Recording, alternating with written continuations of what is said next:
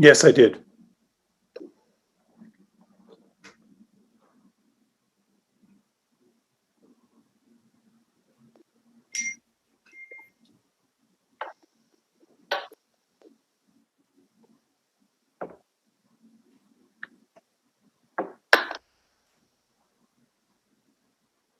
I thought this was all a thing of the past, but I guess we're at it for a while longer. What? The online meetings. Oh, yeah. Yeah.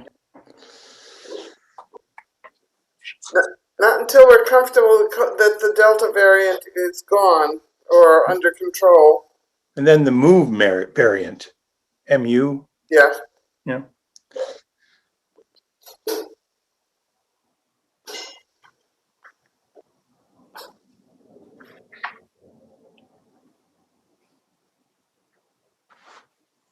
Who is Mansfield, Connecticut? Oh, Downtown Partnership.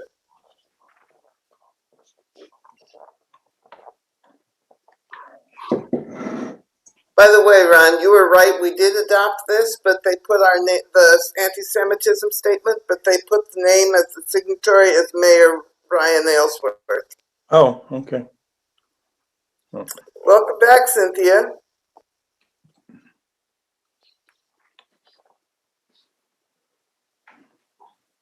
I was testing.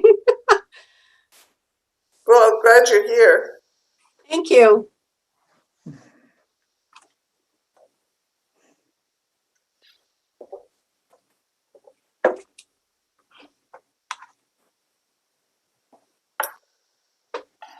That's not Millie Brousseau. I'm sorry. She has a lot more hair.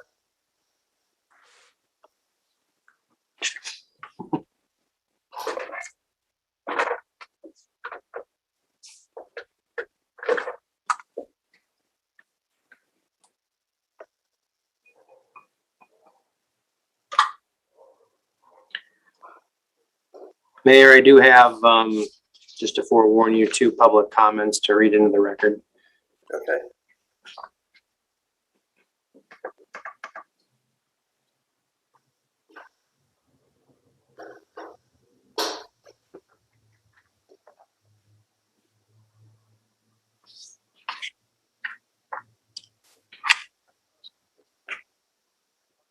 Well, oh my God. There we go. Hello, David.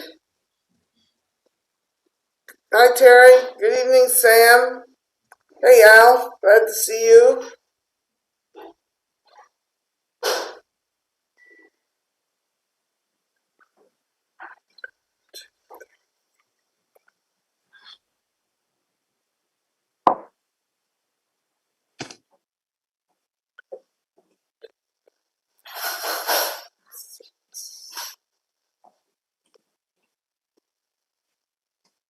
Now, Peter is going to be out of town tonight, so we're going to be 1 down. And Ben said he would join us in a minute. Good evening. Good evening. Okay. Hi, David. Hi. Let me.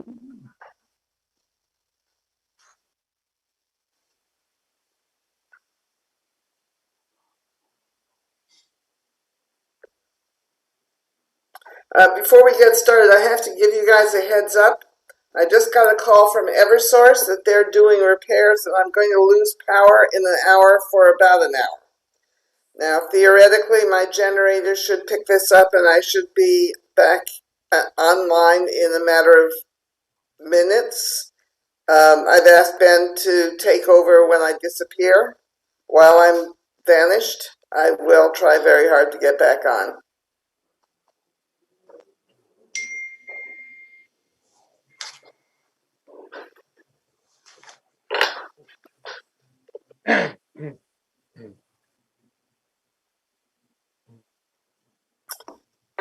All right, it's 7 o'clock.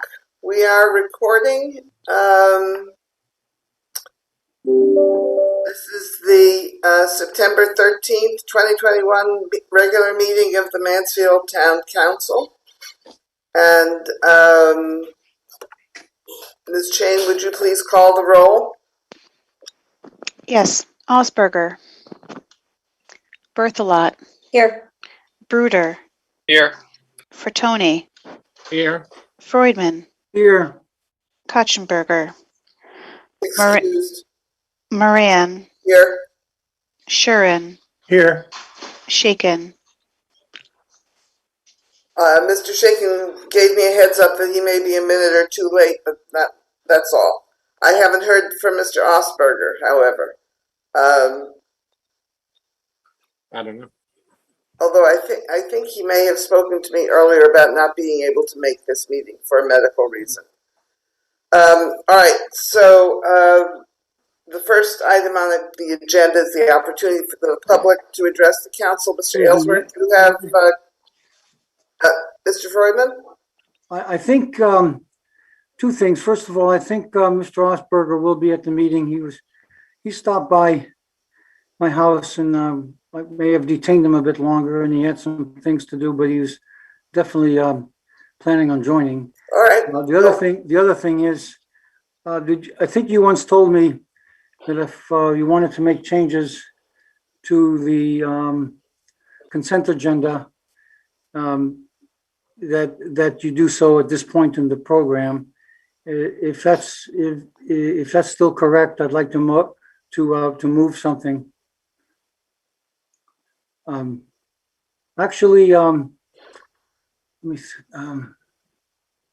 Actually, no. I may have to wait to see if Mr. Osberger will be here, so I pass on that. Anyway, he should be joining us. Sorry, go ahead. All right, well, you can make a motion to remove something from the consent agenda when we get to the consent agenda. Okay.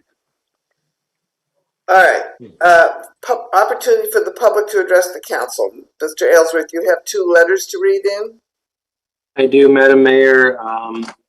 Staff received two written correspondence from residents regarding the climate resolution. First is from Robert Thorson of Sherwood Street. I write as a resident of Mansfield, where I've lived continuously since 1984.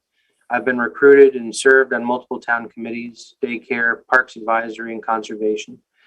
Most recently, the Ad Hoc Climate Action Task Force, which was dissolved following submission of its final report in August of 2018. I strongly support passage of the proposed resolution in its current form. Though it came to me too late to make any editorial suggestions, I was encouraged to forward comments to the town council. I do so by pasting a revised version of the quote whereas section and highlighting a few of my tweaked comments as bullets. I don't care if my comments or suggestions are incorporated. I simply wanted to put my comments in the public record because I was asked to. So then the 4 of the whereas clauses are resuscitated or regurgitated. Human activities have contributed to the whereas human activities have contributed to the warming of the atmosphere through the unsustainable excessive use of fossil fuels, and whereas indigenous and low-income communities and communities of color have suffered the gravest consequences of the modern energy economy since its inception, and whereas there are many opportunities to transition to a carbon-neutral society in ways that benefit all people, regenerate natural systems, and support thriving local economies. Whereas the town of Mansfield has identified initial actions to reduce greenhouse gas emissions from our community, adapt to the changing climate, and build long-term community resilience. These climate actions are detailed in the quote Mansfield Tomorrow Plan of Conservation and Development adopted October 2015, and the quote Ad Hoc Climate Action Task Force final report of August 2018. And then he provides these comments. Comment 1, the vast bulk of the earth has not warmed at all.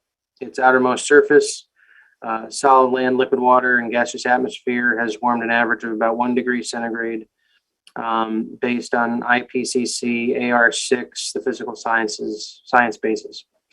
Comment 2, humans have been burning coal and oil from seeps for many millennia. Though such use could be sustainable, it's currently not because the rate of combustion is too high. Hence my introduction of the word excessive. I agree that we are dependent on fossil fuels, but I feel that this word is unnecessary. Comment 3, the reference to 3 human subcommittees is not clear. Are these 3 different, subcommunities is not clear. Are these 3 different communities? Do they overlap? Are they mutually exclusive? Comment 4, extractive is a poor word choice. For example, indigenous groups have long extracted most of their food resources and the raw material for tools. For example, we extract ore to manufacture our communication devices. Extraction is not bad. Comment 5, though you are likely stuck with the term carbon neutral or carbon zero, I balk at the simplicity of the statement. The goal is for zero net carbon emissions from fossil fuels. Is this what you mean? We are made of carbon, along with water and trace other things. Comment 7, I take issue with this sweeping statement that a carbon neutral society benefits all people. Those in the petroleum economy would argue otherwise. Comment 8, resilience to what? Comment 9, I cringe at overuse of the word existential. Human existence is not at risk. I agree we are in a climate emergency. And finally, comment 9, all the resolutions are about tracking greenhouse gas emission from town departments. What about all the other land use and commercial activities that change microclimates, i.e. forestry, irrigation, farming, etc., that influence carbon emissions? That's Mr. Thorson's comment. And this from Mr. Greg Anderson, who's a professor emeritus at UConn. We are part of a very diverse group of committed and informed scientists and citizens who participate in an annual seminar at the University of Connecticut titled Nature, Science, and Society. In this seminar, we discuss a full range of topics related to the environment, focusing, not surprisingly in recent times, on climate change issues. Thus, we fully agree that we have reached tipping points in so many contexts that it is appropriate to conclude that we now face an existential climate emergency, a conclusion shared by many scholars and public leaders. Thus, we strongly urge the town of Mansfield to adopt the resolution entitled Declaring a Climate Emergency. Further, we commend the town council for recognizing the serious threat that climate change represents and for identifying actions that can be taken to reduce Mansfield's contribution to the crisis. We hope your action will serve as a model for other Connecticut municipalities. We would be happy to provide any other feedback should you find that useful. And those are the public comments. Who wrote the second set? Robert Thorson? The first one was Robert Thorson. The second one was Dr. Greg Anderson, who's a professor emeritus at UConn. I don't have a physical address, just his information here provides his university. He's a professor, was a professor in the Department of Ecology and Evolutionary Biology. Okay. One of the difficulties in dealing with this lengthy and substantive comment is we don't have hard copies, and we won't have them before we get to the resolution. Is there any way that when it comes time to discuss the resolution, we could have that as a screen share so that we can decide what to do with them? I believe, I only have hard copies. I believe these comments may have come to Tasha electronically. So if she's able to distribute via email or send to me so I can screen share, I'd be happy to, but I only have hard copies myself. Okay. The hard copies were sent today with the iCompass link and the PowerPoint presentation. Okay. But I can send them to you again, Ryan, so you can have them for screen share. That would be helpful. All right. Next on our agenda is the report of Mr. Freudman. You're muted, Mr. Freudman. Mr. Freudman, we can't hear a word. You're muted.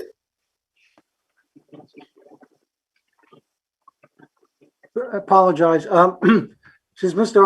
Osberger has joined us, I wanted to make a motion on the agenda item, which was to pull something out of the consent agenda. So with permission, I will make my motion, and if I have a second, I'll Go ahead. With your permission, I'll speak to it. I move to pull. I move to pull consent agenda item 6B, That's the agreement between the Mansfield and the Mansfield Downtown Partnership, Ray Nash Zimmer Center, to pull it out of the consent agenda and move it to our old business, item 7B, so that we can have a separate vote on it. That's All my right. motion. All it takes is a request of a member of the council to remove an item. So it has been removed, and we will do it after the discussion on the COVID case. I forgot I didn't need a second. Right. It's by request. Thank Okay, you, it's Mayor. done. So, report of the town manager. Thank you, Madam Mayor. A few things to highlight tonight. As has been widely reported, and I know all members of the council are aware of this, but there have been pretty significant developments with the University of Connecticut of late in terms of the university's response to the concerns raised by town officials with respect to their acquisition of the Capstone property. In recent days, we've met with President Aguinobi and his senior staff, and the university informed us, and this has been now widely publicized, that they are dropping their opposition, in fact have officially dropped their legal challenge to another planned development, that being the 398 unit Haven communities development, also in the Four Corners area. And furthermore, the town and UConn are working jointly now on what's being called a collaborative framework, where we haven't had our first official meeting yet. We're trying to figure out what parties will be involved in this first meeting being planned for later this month, but a framework, collaborative framework on development, both commercial and residential in the town of Mansfield. Obviously, a lot of details of what this framework might look like, all the details of what this framework might look like, still have to be ironed out.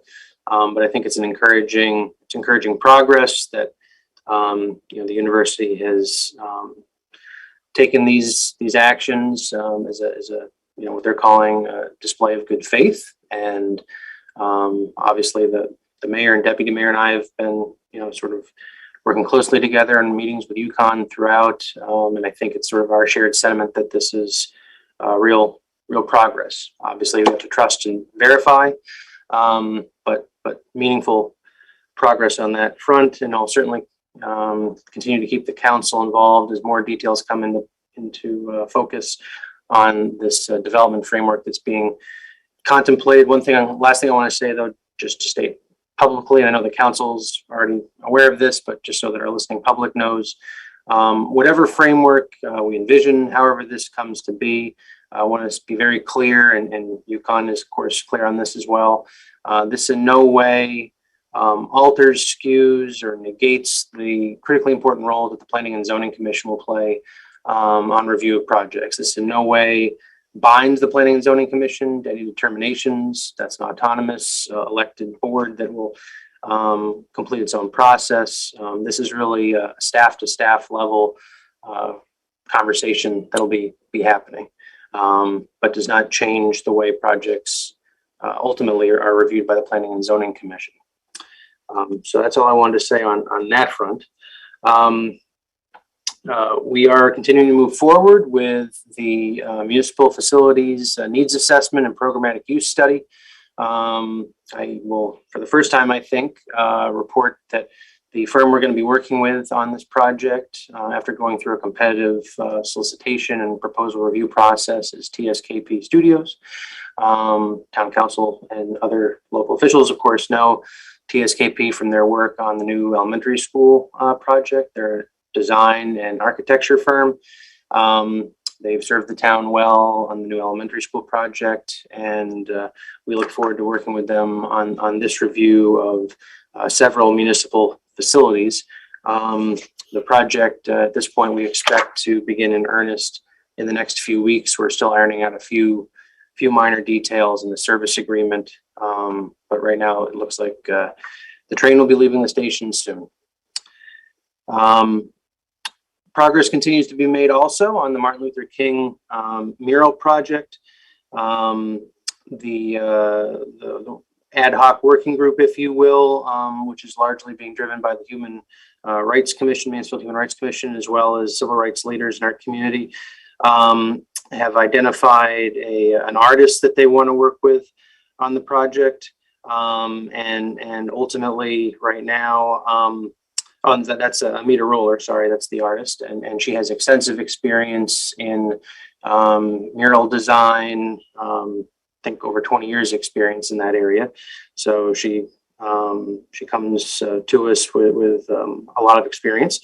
That mural, of course, as the council knows, because you voted to endorse the concept, will go on the Mansfield Community Center east-facing facade, the facade that faces Town Hall. And the goal is to have that project wrapped up in, I believe, the latter portion of October, with I think an idea is being batted about for a community paint day, perhaps around Indigenous Peoples Day, October 11th, but those plans are still being finalized. But as we've been broadcasting on our website and on social media and other places, we do have a link up for crowdsourced funding. There's online donations page that's been set up, and Sustainable CT is matching the dollars that are being privately donated. So every dollar you donate is leveraged into $2 with a $1 donation, dollar for dollar donation by Sustainable CT. So we encourage people to support that project, and hopefully as many people as possible will be able to take part in the community paint day that we envision happening next month. I know the council has been supportive in the past of a concept of a regional juvenile review board or a youth diversion program. It's called, it's called both.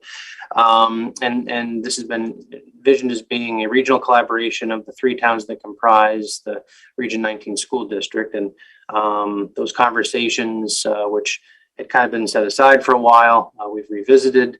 And the towns of Willington and Ashford, their governing bodies, their boards of selectmen, I believe last week, voted formally in support of the concept. And so now we have to take the concept and start to fill out the details. We're working on a memorandum of agreement that would guide that partnership. And Kevin Deneen, our town attorney, is helping us on that front as well. And we have a few other regional agreements or model agreements with other towns in Connecticut that we're referencing as we put together our document. So stay tuned, more to come. Obviously, the town council will ultimately have an opportunity to review that and vote to enter into the agreement if you agree with the structure. Members of the town council, several members of the town council in recent weeks have reached out to me, and I think you guys have been talking also amongst yourselves about what the town might be able to do with respect to welcoming refugees. Obviously, the situation in Afghanistan has brought a real focus to this, but I think, at least as I've understood it, the idea is to think more broadly than just what's happening in Afghanistan with respect to refugee policy. And so that led me to having discussions with some of my peers in other municipalities to see what they have done or what they're looking to do now, as well as reaching out to CCM. And ultimately, many different folks I reached out to pointed me in the direction of IRIS, the Integrated Refugee and Immigration Services Organization.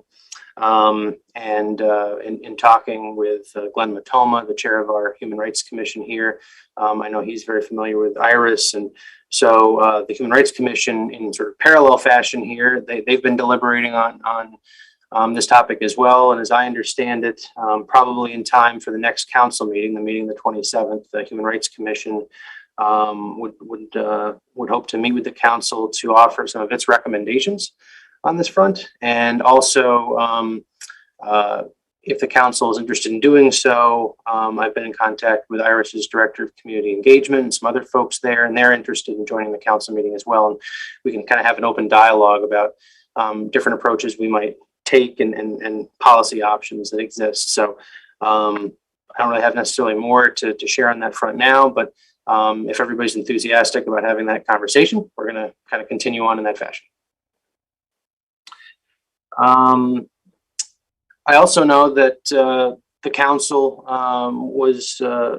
you were all contacted by at least one community member, it might have been a couple now, who've expressed some concerns of late about safety on our country roads, if that's the term to call it, some of our back roads, roads that aren't major thoroughfares or major transportation arteries. Concerns basically, centered around speed and distracted driving, but also not just a matter of enforcement, but some fundamental questions about how roads are constructed, the surfaces of the road, the condition, and what that does to contribute to speed and safety, road widths, and basically a lot of the physical characteristics of these roads. And so, we've had conversations at the staff level. I've had multiple conversations at this point with our DPW director and our DPW operations manager. Without getting too in the weeds, as you all know and can appreciate, there are a lot of factors that go into shaping decisions we make about how roads are constructed and ultimately the sort of investments we make in the future.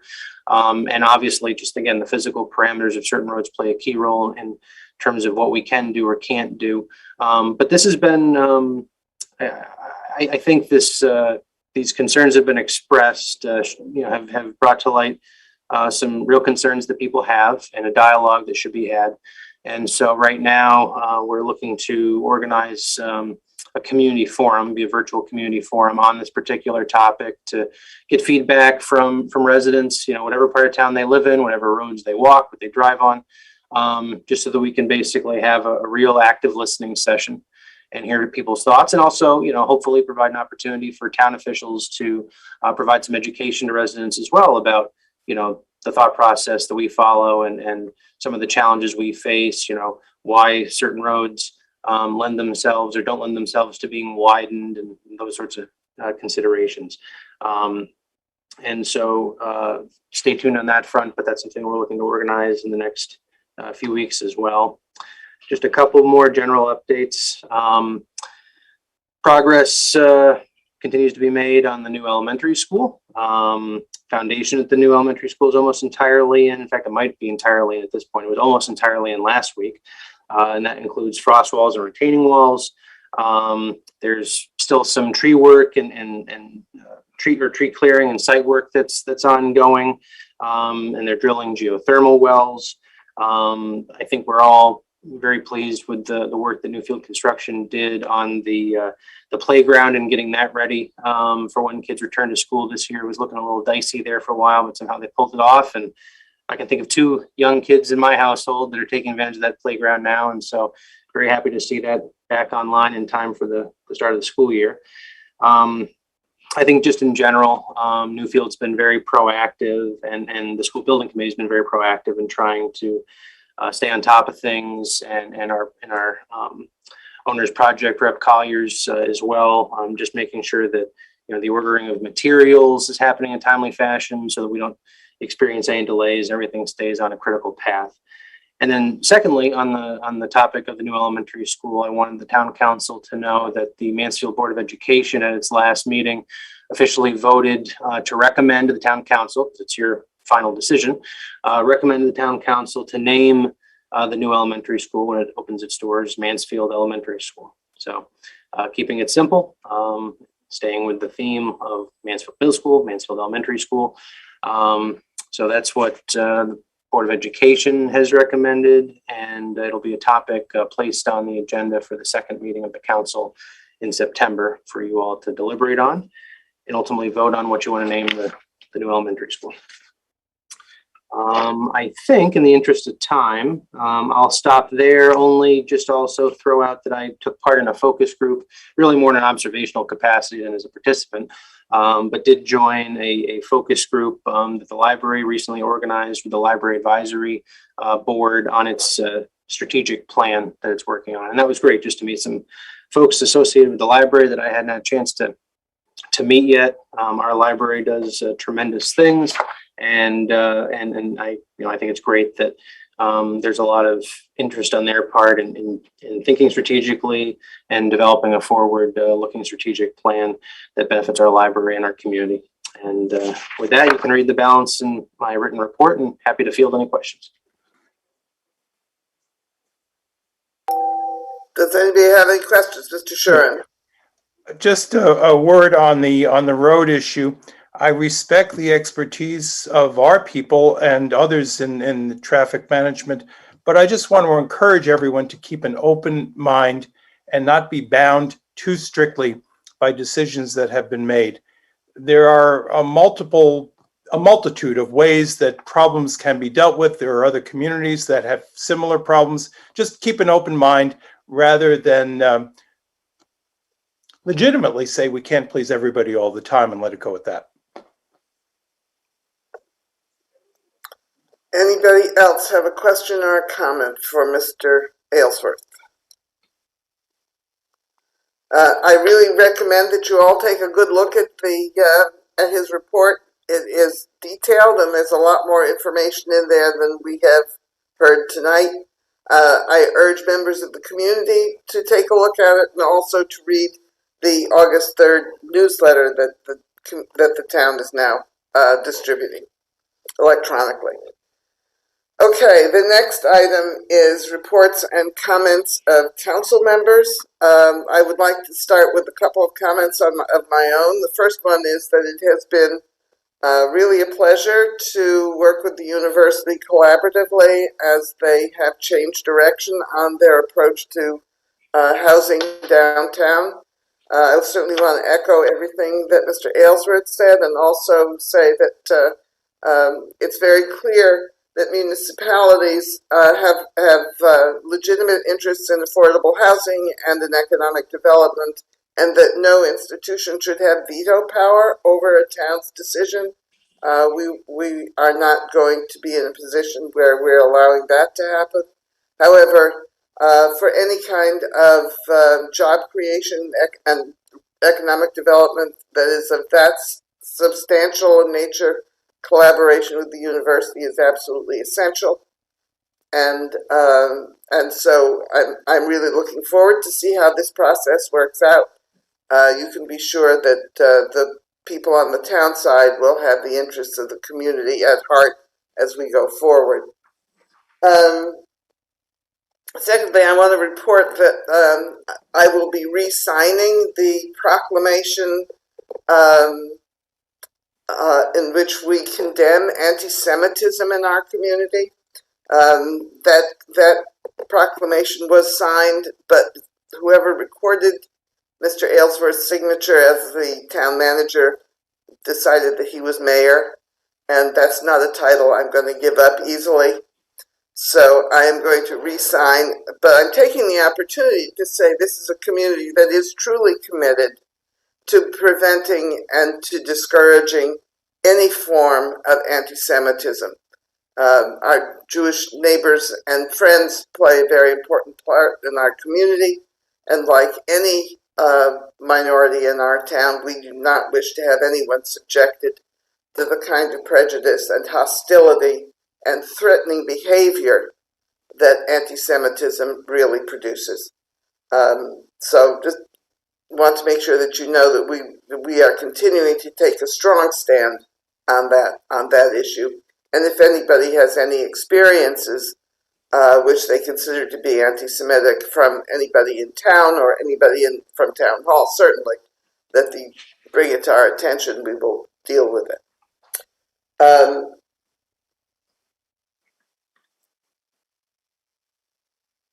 I've been part of a number of CROG activities. One of them was a discussion on a regional mask order, and you have in your packet today materials from the Southeast Council of Government, and I wanted to tell you that CROG, the Council of Governments that we are part of, has issued a similar statement in conjunction with the Southeast region. So there's a strong interest from these regional governments in having a statewide mask mandate, because in many communities it's much easier for the town officials to say we are simply complying with the governor's orders than to take what some consider a risky political position and impose a mask mandate on their own.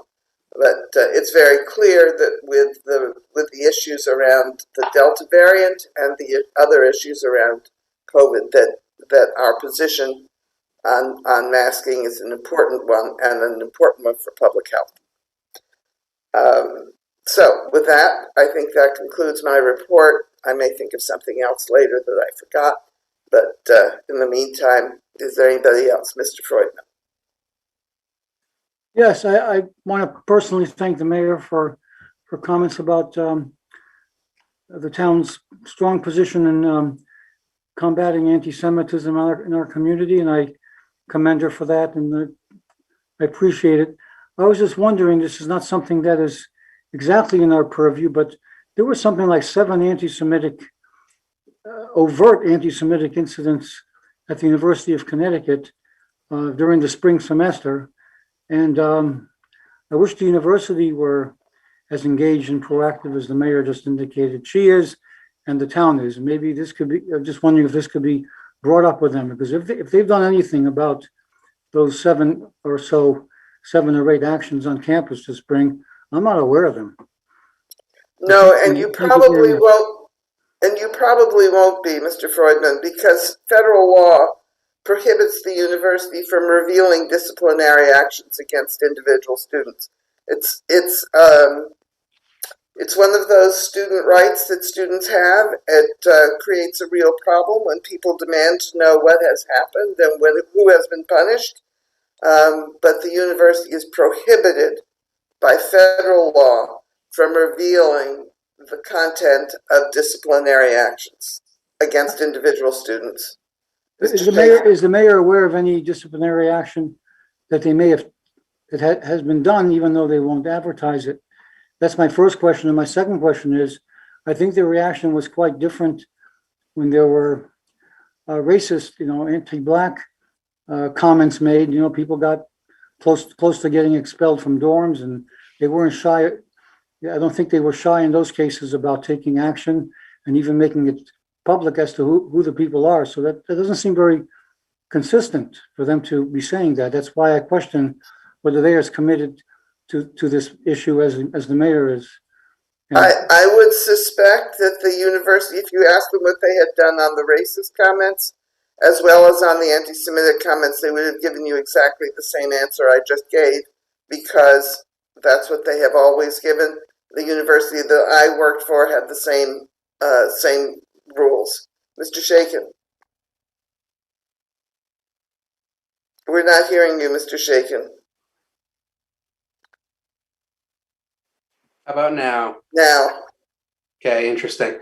Just a quick point of fact, I'm looking at an article from the April 29th Hartford Courant that indeed a UConn student was arrested for a hate crime for spray painting of swastikas on campus last semester. And I haven't read the whole article, but it's quite lengthy about UConn's reaction to anti-Semitism, including that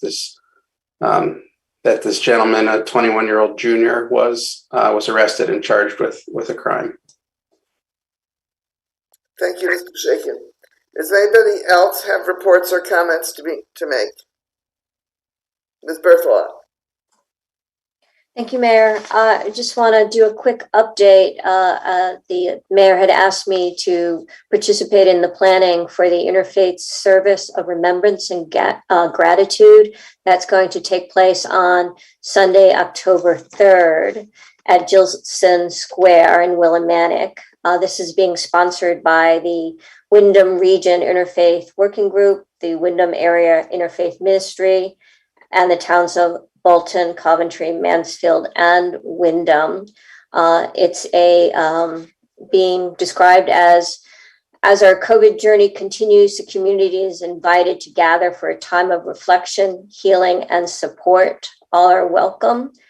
And there'll be music from Bruce John and also the E.O. Smith Chamber Singers. So I encourage folks to participate in any way that they feel comfortable. Masks will be mandated at the service. In the event that there's rain, there's a Zoom site that they'll do the ceremony via Zoom. Thank you. Thank you, Ms. Berthelot. It's going to be a busy weekend because Mansfield's Celebrate Mansfield Festival is on Saturday from 2 to 8. It's a different format than we've had in the past. It starts at 2 in the afternoon. The booths and displays will be gone around 6, and then there will be music in the evening starting at 8 o'clock with the dogs from Yukon, the jazz band. I'm blanking on the first word in that. Funky Dogs? Funky Dogs, there we go. Yes, so it should be a lovely day, and we hope it doesn't rain, of course. And so you can do your celebration on Saturday and your remembrance and honoring on Sunday. Does anybody else have anything to report? I really want to thank Ms. Berthelot for taking on this responsibility, so thank you. Thanks, Susan. Anybody else? All right, then we go to the consent agenda, and there are 2 items on the consent agenda: approval of the minutes of August 9th and the appointments to town committees, which are recommended to us from the Committee on Committees. Does anybody wish to comment on the consent agenda? Does somebody wish to move the consent agenda? Mr. Bruder moves the consent agenda. Is there a second? Seconded by Ms. Berthelot. Is there any objection to any of the items currently on the consent agenda?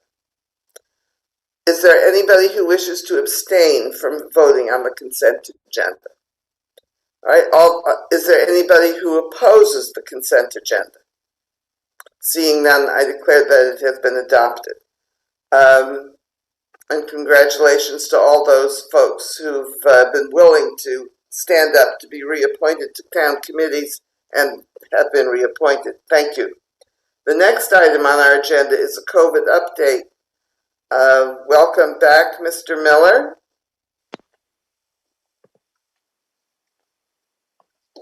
Nice to see you again. Good to see you too. Thanks for having me. So, I'll start off. Rob, your audio, I think, is really faint, at least is in my end. Okay, let me try to fix this. You need to pull your mic down to your mouth, Rob.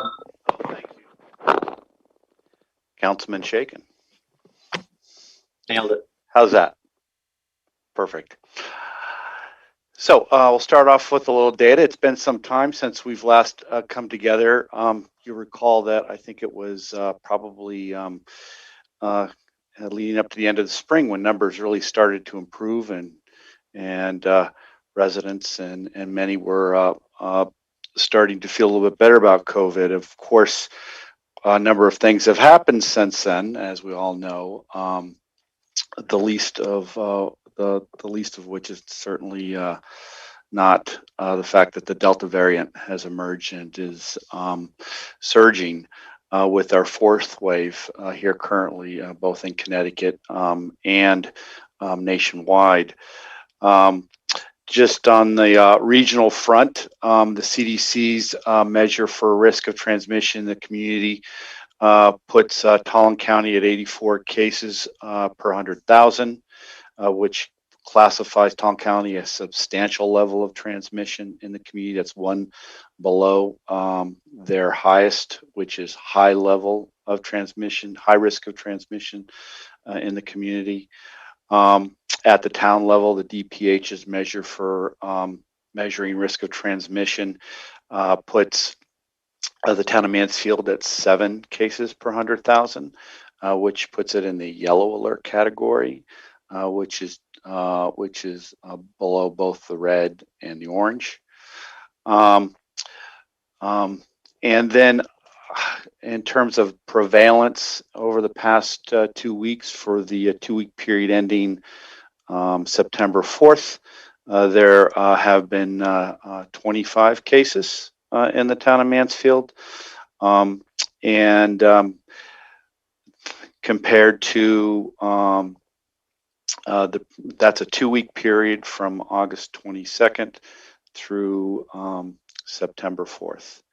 I will note that that is a 2-week period. The first week, which is the week starting the 22nd, you actually had 9 cases. And then the most recent week, the following week, which I believe puts it at August 29th through the 4th, you popped up a little bit. You popped up to 16 cases. So I will note that for the district as a whole, the population as a whole, since July 8th, when we were at a low of 8, there was a increasing trend up to about 56 cases for the week of the 7th, and then we've kind of plateaued. It's gone anywhere from 50 cases until the most recent week again, ending September 5th, it popped up to 66 cases. So we're certainly with. Rob, is that per 100,000 or actual? Nope, these are cases? case counts, weekly case counts within the health district population. Within Eastern Highlands or from Mansfield? Within the Eastern Highlands Health District population, total population of approximately a little over 80,000. And so while there's some variation within each individual towns, those are much smaller populations that are subject, as you recall, to more volatility in those numbers from week to week. Overall, for the entire health district population, we seem to have plateaued, and which means we still got quite a few cases that the health district is investigating on a week-to-week basis. In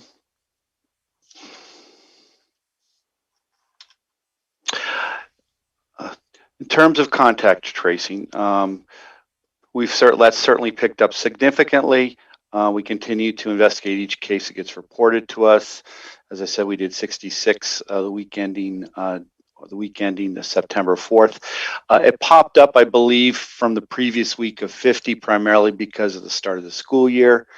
We, I think, in essence, observed an increase in the reporting, not necessarily an increase in the actual number of cases, and maybe in the community. You may recall that every single reported case really reflects many others that go unreported in the community. But in that particular week, when the school communities all opened up, parents were proactively reporting cases to the schools. And of course, that resulted in an increase in our contact casing workload. And we're anticipating with the opening of schools that contact tracing work will continue to command much of the health district resources moving through the school year. Testing, certainly with the governor's recent vaccination mandates, there's a new demand for testing within the community and the state. There are over 300 testing sites now in the state. Not all of them are kind of the easy, convenient, no cost, easy walk-up access. So the state's and that's been a concern of local public health, and we've been expressing that concern to the state. But in partial response to that, they have opened up more no cost, no appointment necessary testing sites around the state. Most recently and more locally, the Willimantic Plaza is open 3 days a week and on Saturdays, and that happens to coincide with the 3 days that Generations is not open. And so at least in the Willimantic area, there is daily testing, including Saturdays with the exception on Sunday, which is no cost, no appointment necessary. It is PCR testing. In addition to that, the health district does have and has posted a robust list of local testing sites within Mansfield and the surrounding communities where people can find opportunities to get testing. Of course, not all of it is no cost and no appointment necessary, but there are a number of Quest, for example, does often has appointments available the next day, and if you don't have any insurance, there will be no out-of-pocket costs. So there are examples out there where there is testing accessible. That being said, certainly it could be better.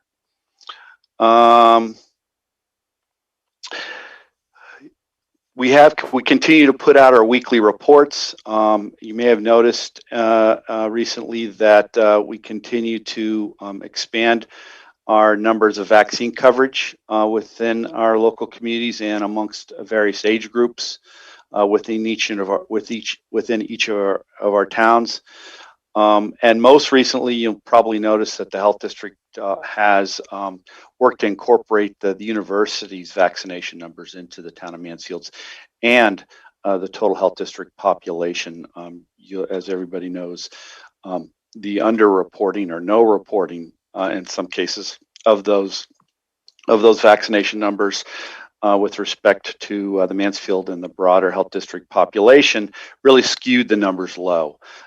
With our efforts to try to incorporate the numbers that are published on the university's dashboard, I think the numbers we have now do a better job of representing the vaccine coverage rates among the total population and the Mansfield population. With that being said, the health district's estimating that within the town of Mansfield, including the university population, that 78% of the population has received at least one dose, and that 76% of the population is fully vaccinated, and that's compared to the Connecticut-wide totals of 68% and 63% respectively. So with that respect, you're quite a few percentage points ahead of the state of Connecticut in that regard. The health district continues to either host, facilitate, and promote vaccination clinics in Mansfield and in the health district. We continue to have 2 days a week walk-in, no appointment necessary, clinic in the Mansfield Town Hall. We continue to facilitate or host 1 to 2 pop-up clinics every week. We're working hard to focus on those communities around us with the lower vaccination rates, many of our small towns to the east of us. And certainly we're continue to support the town of Willimantic and city of Willimantic and the town of Wyndham in their efforts to get their population vaccinated. One of the ways we're doing that is we're leveraging the DPH's contracted fleet of Griffin Health vans. Griffin Health or Griffin Hospital has a fleet of 30 or 35 mobile vaccination units that are available to local public health to be deployed and used as pop-up clinics. Some of you perhaps have seen some of those around Mansfield and some of the other surrounding communities. They were set up at the Adventure Park for a number of days. It was one of E.O. Smith last month. And so we'll continue to leverage and exploit that resource to the greatest extent possible. For our part, the health district is going to be setting up a clinic, pop-up clinic at Celebrate Mansfield, beginning of next month. And it will be actually a dual clinic. It won't just be COVID vaccinations. It'll also be flu clinic, also be flu. So we'll be administering both vaccines. And oh, by the way, we're expanding our vaccine inventory to include Pfizer so that we can, and so that in time for that clinic, Mansfield will be able to start vaccinating kids 12 and up.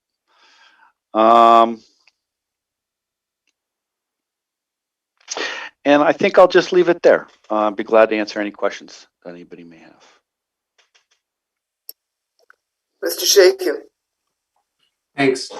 And hi, Rob, good to see you again. Good to see you too. Thanks for the update. And I just have a couple of questions.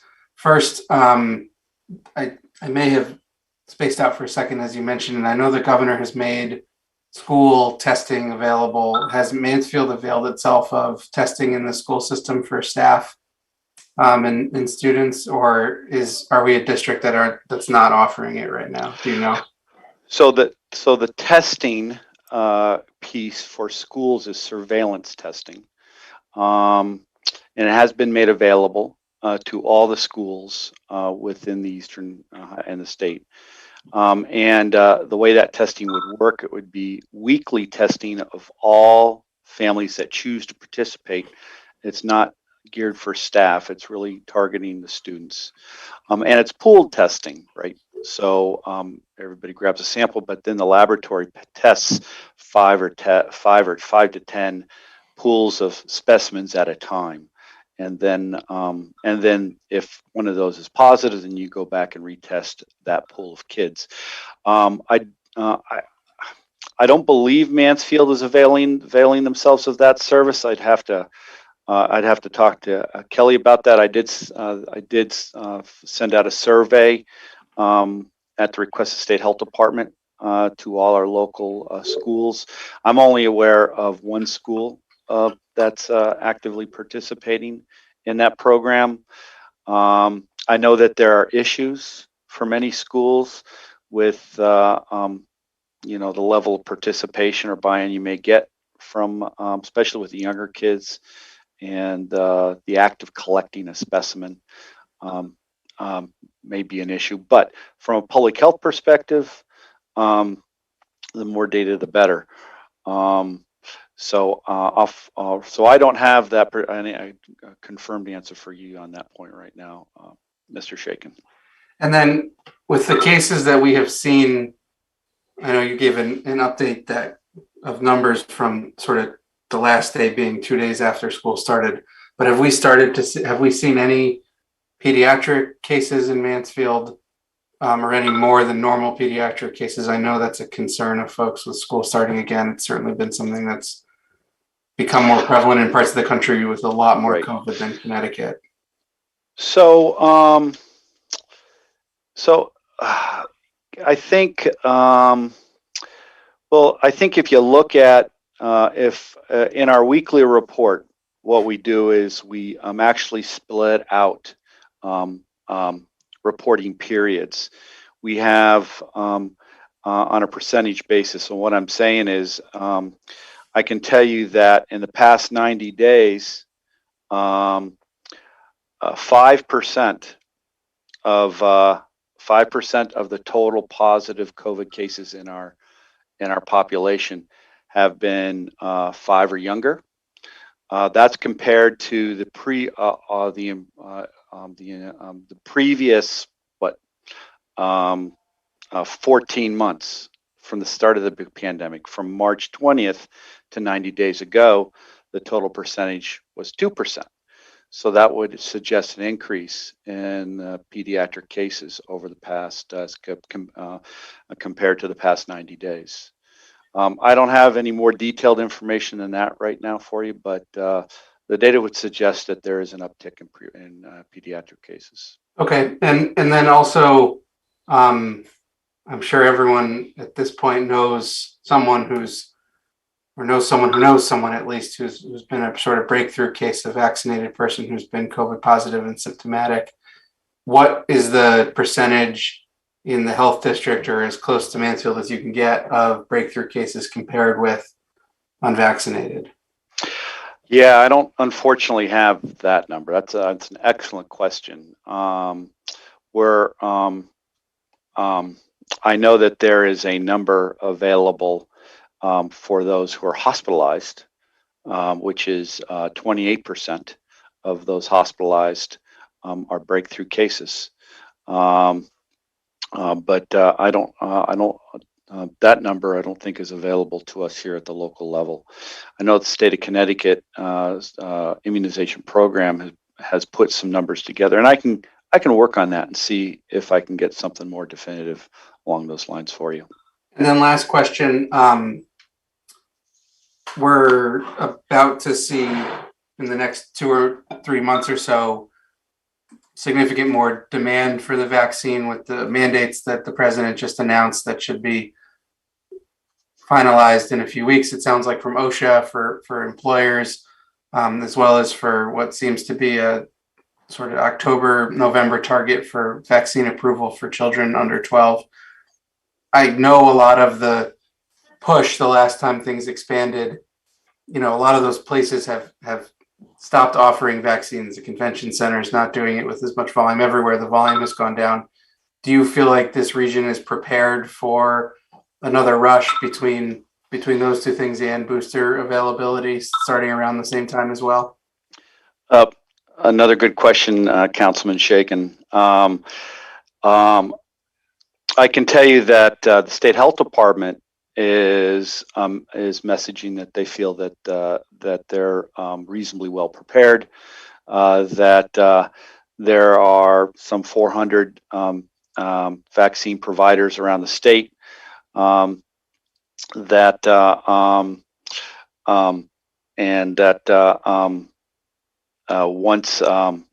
when the booster shots and when the rollout for kids under 12 become eligible, that there'll be more providers available than that were available during kind of the peak of the demand during this past winter. It's unclear as to what format those services will take, or what magnitude, maybe more accurately.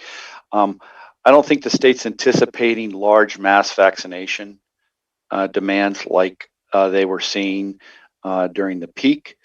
I think they are certainly anticipating a large demand. It's hard to say for sure what that demand will look like.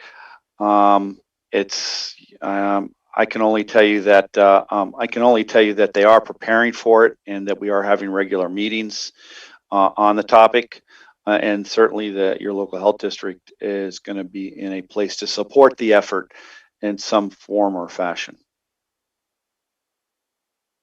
Thank you. Mm-hmm. Rob, I have a question. When the pandemic started, one of the things that was experimental but very sort of exciting was testing groups of people by testing sewage. Yeah. And I know it sounds kind of ridiculous, but if you're trying to stick swabs of kids' noses once a week or something, that's going to be traumatic all by itself. And it would seem to me that if you could test sewage in school systems, you would have a much more accurate way of knowing what was going on. Has there been any discussion of this? Well, the university's been doing that all along. I'm talking about school systems. Understood. I'm not aware of any specific school systems that have availed themselves of that technology. I know that UConn and Yale, I think, are the only ones in the state that have deployed that technology, and they're just doing it within their own distribution systems. It's an interesting idea, Madam Mayor, because they don't have to necessarily be on a sewer system. I mean, many are on septic systems. There's one pipe that goes into you can still draw samples from that. Yeah. It's just a matter of corralling the technology and the brain power to do it. Would that be something we could ask your organization to look into? I can certainly ask the question. You know, I'm familiar with the contact at UConn the scientists at the university has been leveraging to facilitate this. I have that contact. I can ask the question, and we can see where that goes. The last time I did ask the question which was over a year ago now, they did offer up some support, but not full support. But that was a year ago, so we'll see how it goes this time around. And one question is, do they think it works? I mean, there were lots of hopes. Yes, it is a reasonable indicator of precursor to the risk of transmission in a particular area, and certainly in the population that is using that facility or that area of the facility. I know that the university is still monitoring sewage coming out of Bessie Patterson Square, for example, in the stores downtown area. And those numbers and other numbers around the university continue to indicate pretty good conditions. So that being said, I'll ask the question, see where it goes. Thank you. I think, given a choice between sticking swabs up little kids' noses and measuring their poop, I think one may be a lot more unpleasant for the staff, but it might make the process a lot smoother. Okay, is there anybody else have questions for Rob Miller? Okay, well, thank you very much, Rob. I just want to make one comment. We've always been afraid of what would happen in the town with the return of UConn. And Yes. it does seem that all of their rules and procedures have been protective not only of their students, but also of our community. Yes. It's there aren't many populations which can tout a 97% vaccination rate. Okay, we do need to recognize and acknowledge that. Okay, thank you very much. Anything else from anybody? Okay, we'll move on. Thanks again. You're welcome. The next item on our agenda is the item that was moved from the consent calendar. This is the agreement between the town of Mansfield and the Mansfield Downtown Partnership for management of the Nash Zimmer Transportation Center. This is a renewal of an existing agreement. There are some minor changes in it. Mr. Aylesworth and Ms. Van Zelm, do you want to present this to the council? Sure. Thank you, Madam Mayor.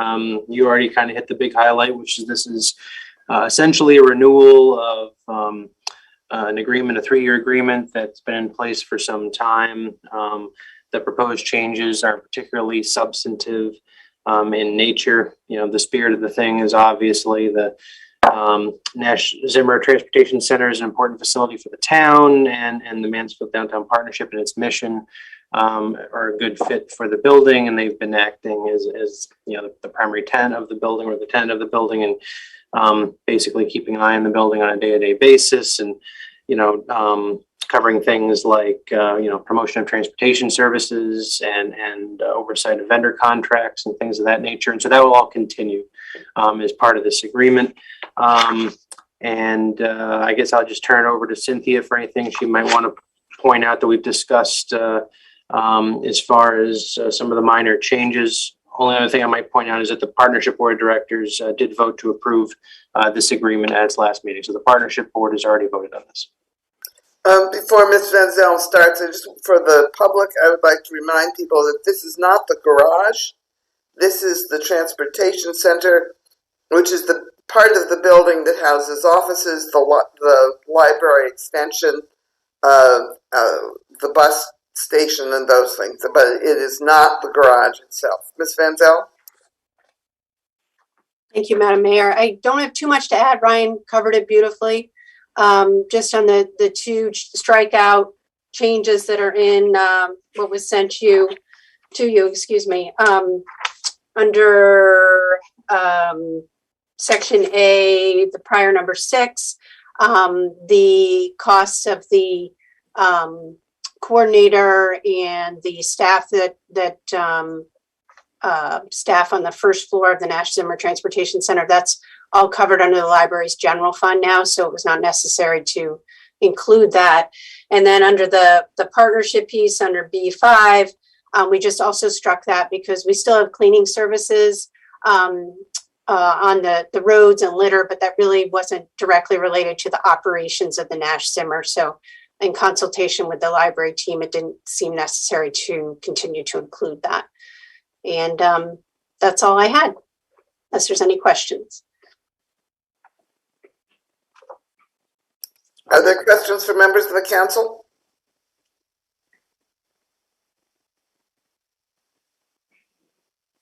I don't see any questions from council members. All right. Would somebody like to make the motion? Let's see, it should be on page 11. On 12, page 12. There's a motion to authorize the town manager to execute this agreement. Would somebody make this motion, please?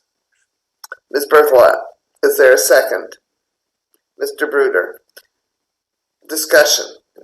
Ms. Berthelot, do you want to speak to your motion? You're muted, Ms. Berthelot. Only to reiterate what's been said earlier, this is very, very minor changes to an existing contract relationship.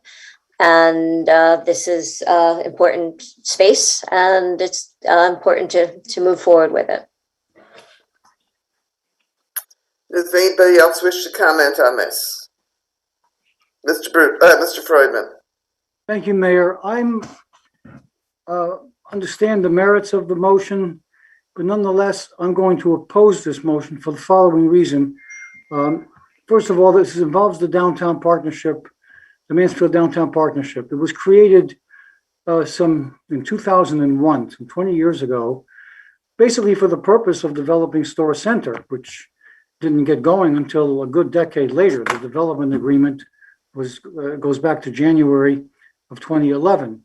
I've said before, because these kinds of agreements come up every year. It's like it's a 3-year cycle, but they staggered them. I think I think at the beginning of earlier this year in budget season, I think we voted on the rental agreement for the downtown partnership. And the year before that, there were a few 3-year agreements, again staggered, having to do with information technology services, financial services, and the general 3-year agreement between the town and the University of Connecticut. I feel that the Mansfield Downtown Partnership performed the function for which it was created. It was created for the purpose of developing Store Center. The development agreement came a decade later. It was 10 years of work by Ms. Van Zelm and others, and it was built. It's all built out. And I am concerned about, does government, you never say we did a job, it was performed, and now it's time to put some things, some kind of sunset thing to put it to bed. And I just feel this falls into that category. And for that reason, I will oppose this motion and respectfully ask my colleagues to join me in opposition to it. That's all. Thank you. Thank you. Anybody else? All right, the motion is on the table. There's been discussion. Is there anybody who wishes to abstain from this motion? Is there anybody who wishes to vote in opposition to the motion? Mr. Freudman, Mr. Osberger, and Mr. Frattoni are voting in opposition. Will the rest of you who are voting in support please raise your hands? All right, we have support from Mr. Shuren, Ms. Berthelot, Mr. Bruder, and Mr. Shaken and myself. So the motion has been adopted. Thank you. All right. The next item on the agenda is an executive session. We don't normally hold an executive session in the middle of the meeting, but there is an item of legal concern on our agenda, and rather than push that off until everybody else has gone to bed, I've asked that we do a brief executive session to discuss the proposed settlement agreement, and then vote on it, and then move to the rest of our agenda. So is there a motion to go into executive session? Mr. Shaken. Move to enter into executive session to discuss strategy and negotiations with respect to pending claims or litigation in accordance with Connecticut General Statute Section 1-206B, and to invite to that executive session Ryan Ellsworth, Kevin Deneen, and I think that's it, right? We do not have the assessor with us tonight. Okay, Ryan and Kevin. Thank you. All right. So We need a second and a vote, Tony. is there a second? Seconded, Mr. Bruder. Is there anybody opposed to going into executive session? Anybody who wishes to abstain? It's unanimous to go into executive session. Let's take a minute to turn off recordings and for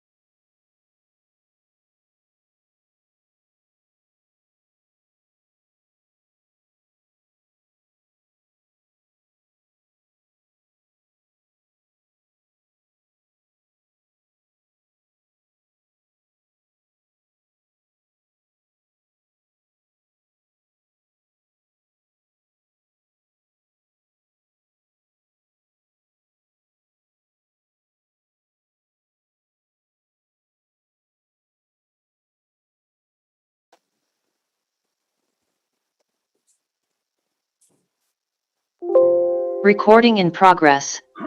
Okay, so on page 35, there is a motion. Let me find it. All right, there's a motion on page 35. Would somebody like to make it, Mr. Shaken? Before I make it, can I ask Kevin to do a quick explanation like he just did an executive session for the public? Sure. Okay. Sure.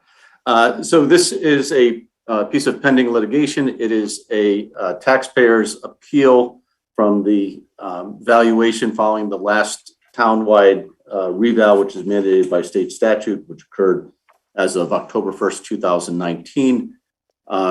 And this involves 11 Dog Lane, which is the small automotive shop in the Store Center development area. The proposed settlement, the state or the townwide reval valued the property at $447,500. And the proposed settlement would reduce that fair market value to $400,000 beginning on October 1st, 2021. And going forward, it would not have any retroactive effect. So there would be no credit or refund of previously paid taxes. The way for the audience, for the citizenry that may be listening, you then take the fair market value and the assessed value, which is 70% of that amount, would reduce that from $313,250 to $280,000. The effective tax revenue would be $1,043.40. And as I presented, the cost of litigation alone is significantly higher than that.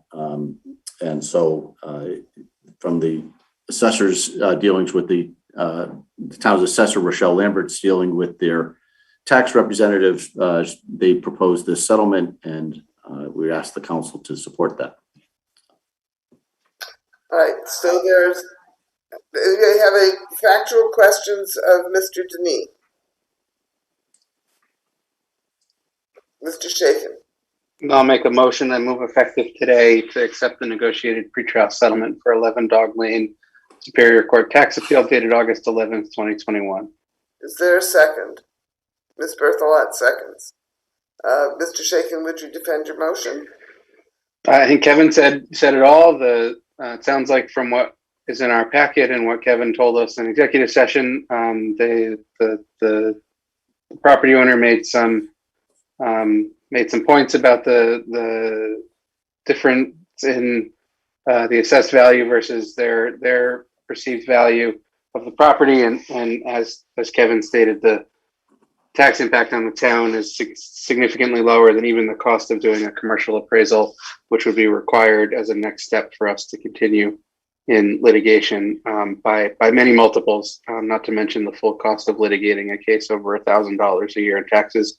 So I think this is a good settlement, and I think we ought to accept it. Thank you. Does anybody else wish to speak to this motion? Mr. Freudman. I apologize for the delay. No, thank you, Mayor. I will oppose this. I want to say this is a very different issue from the one that was discussed in executive session. Let me give you a little bit of what I learned from the narrative and in discussion with somebody who's actually serves on the Board of Assessment Appeals.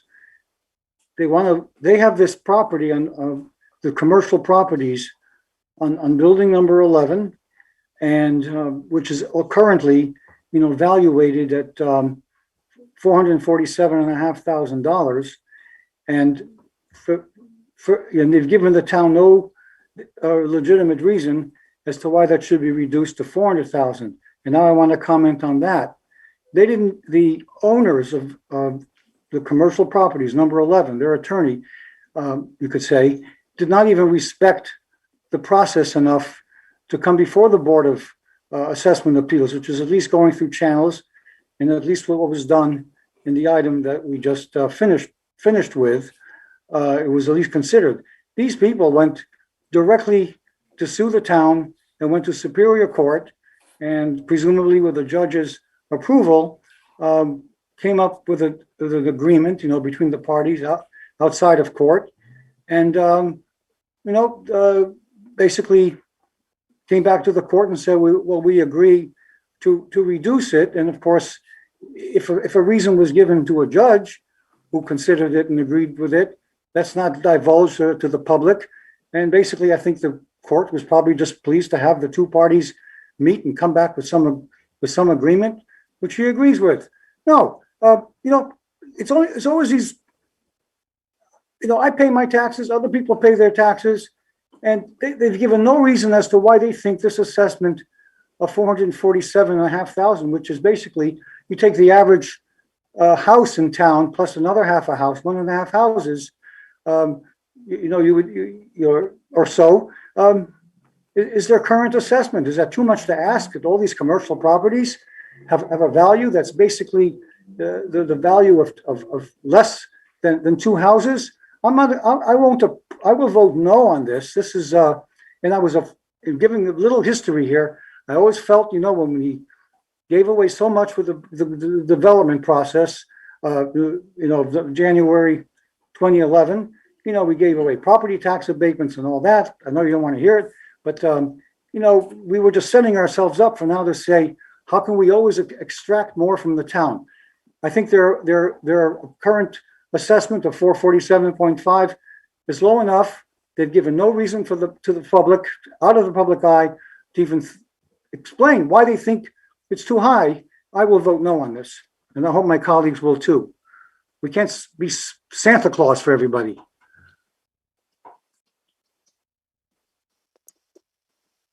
Mr. Deneen, are there any factual comments you wish to make about Mr. Freudman's presentation? Do you agree with the process as he described it? Well, it did go before the Board of Assessment Appeals, but the Board of Assessment Appeals issued a decision dated May 5th, 2020, where there was a unanimous decision on their side. So anything less than $1 million had to go through that Board of Assessment Appeals. As to the valuation and the reasons for that was really conducted with the town assessor with the tax rep, Mr. Miano. So I don't have any direct information. And we were, at least I was, I think Kevin was as well. Our expectation when we had I had a meeting with Rochelle on, I guess it was Friday, that the assessor would be here tonight. I'm not sure why she's not. Certainly would be helpful, I think, for the council to have some of the insights into, discussions that she had. Unfortunately, we don't have the benefit of that here right now. All right. Well, we can hold that for another time, but at the moment we can take a vote on the motion as it's presented. Maybe the simplest way to do this, Ms. Jane, is for you to call the roll. Certainly. Osberger. Oh. Berthelot. You're muted, Terry. Give a thumbs up or something. Yes. Thank you. Bruder. Yes. Bertoni. No. Freudman. No. Moran. Yes. Shuren. I'm sorry, Ron, you're muted. Abstain. Shaken. Yes. Thank you.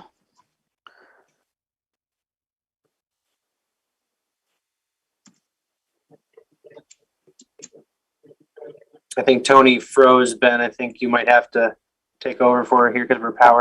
Yes. Okay. The motion passes. Thank you, Kevin. I think that's it for the night for you. So. Cool. We'll move on. Good night. We'll move on to item 9B, which is the Mansfield Climate Emergency Resolution. And we believe we're joined by Lynn Stoddard from the Sustainability Commission Committee and Virginia Walton and others. And so, Ryan, why don't you go ahead and introduce it? We can get started. Tony will be back in a minute, by the way, everyone. Eversource informed her power was going to turn off at some point this evening, so we just need to wait for her generator. So go ahead, Ryan. Yeah, the Cliff Notes version is that our sustainability committee has developed a climate emergency resolution based on a review of existing town documents, town planning documents that address climate change, and similar resolutions adopted by other Connecticut communities. And they're trying to incorporate all that with the recommendations here to the town. So, Lynn, I don't know if you're going to be the primary speaker to this resolution. Sure, yeah, thank you. Lynn Stoddard, Chair of the Sustainability Committee. And yeah, we, as Ryan said, we looked at existing documents and plans that Mansfield has created related to climate action and resilience. We looked at what other towns have done on climate emergency resolutions. We got some input from town staff and leadership and came up with this draft after a few different versions. So basically, the Sustainability Committee is recommending adoption of this resolution to acknowledge the climate emergency. We also voted at our July 14th meeting to request that the town hire or designate staff to be dedicated to climate and sustainability action, to have that lens and coordinating role among departments. And we acknowledge that some tools will be needed to track and set baselines and track greenhouse gas emissions from municipal operations. So essentially, the resolution sets a goal for net zero greenhouse gas emissions from municipal operations by the town of Mansfield by 2030, and asks that town departments review these existing plans for climate action, add new actions, identify the actions they've already taken, and prioritize actions that should be taken within the next year. And the last part is educating residents about actions they can take on climate, both greenhouse gas reductions and preparing to adapt for better adaptation for the changes we're already seeing. That's it. Cool, thank you. Good to see you, and good to hear from the Sustainability Committee. It's been a while since we've gotten a report from your committee, and I'm glad to see this. Does anyone have anything else? And if not, are there any questions from councilors? Doesn't look like it. So, Mr. Shuren. One, I fully support the thrust of all this, but a couple of questions and issues. One, I don't know if you had a chance, Ms. Stoddard, to look at Mr. Thorson's comments and suggested changes, some of which were editorial, some may have had a more substantive impact. The second question or issue, hiring a person to deal with this. I guess I would want to know from the town manager and others whether such could be done by reassigning or giving additional functions and taking some functions away from some existing person rather than add a half-time or full-time person to the town payroll. Without, rendering any sort of final determinations or blood oaths or anything else, Mr. Chair, I can say that the initial conversation is largely centered around, adjustments that might be able to be made in Ms. Walton's existing role. Given that this dovetails pretty nicely with work that she's already doing. So the budgetary impacts of additional staffing are certainly never lost on me or anybody else. And so to the extent we move forward with that, that would be our focus, is trying to figure out a way to package it that we're not adding additional FTEs or FTE equivalents. And Lynn, I think Ron had a question also about Mr. Thorson's comments. Yeah, I did get a chance to look at those. I mean, they're kind of fine-tune editing. I'm fine with the suggestions. It was more in the whereas stuff than the actual actions. He acknowledged that what should happen beyond town operations, which, we've suggested education at this point, but that the town focus on their own operations. So I think it's kind of, fine tuning editorial stuff. I would say that the recommendation from our committee about designating staff is not part of the resolution itself. It was just another vote we had. Tony, are you back or should I keep going? I'm back. Okay, go ahead, take over. So have you made the resolution, or is this just No, this is questions still. Okay, Mr. Bruder. I thank you, and thank you so much for coming out to present this. I really support the initiatives that you're doing here. I was looking at section 2, and it talks about the directive to all department heads, and I was just kind of curious how that would work logistically. And is that where you're hoping to get an intern, or refocus some staffing time so that they can help with this? Because I know that if I, in my current full-time job, if I were to try to identify climate actions already implemented, I would have a hard time with that. And so just wondering if that has been discussed, and to what extent, that would require for each department head to really do.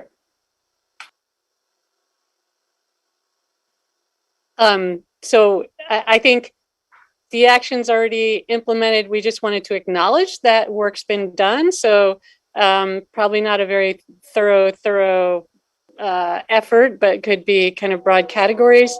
When we get the baseline emissions set and a tracking platform, it'll be easier to see progress over time. As far as the actions for each department, the reports we cited, so Mansfield tomorrow, the POCD, and the Ad Hoc Climate Action Task Force final report, each of those, the department heads obviously are pretty familiar with, and we've been doing some sorting on climate. The Climate Action Task Force report, actually, there are some pages in that, I can't tell you exactly which ones, that show a discussion that was had a couple of years ago with department heads after that report was released, with input from the department heads on what they thought should be implemented in the near future. So I think some of that work's been done. It's really wanting to surface this great work from the past of thinking about it back to the top of the pile for staff and the town to think about, and really dig into implementation.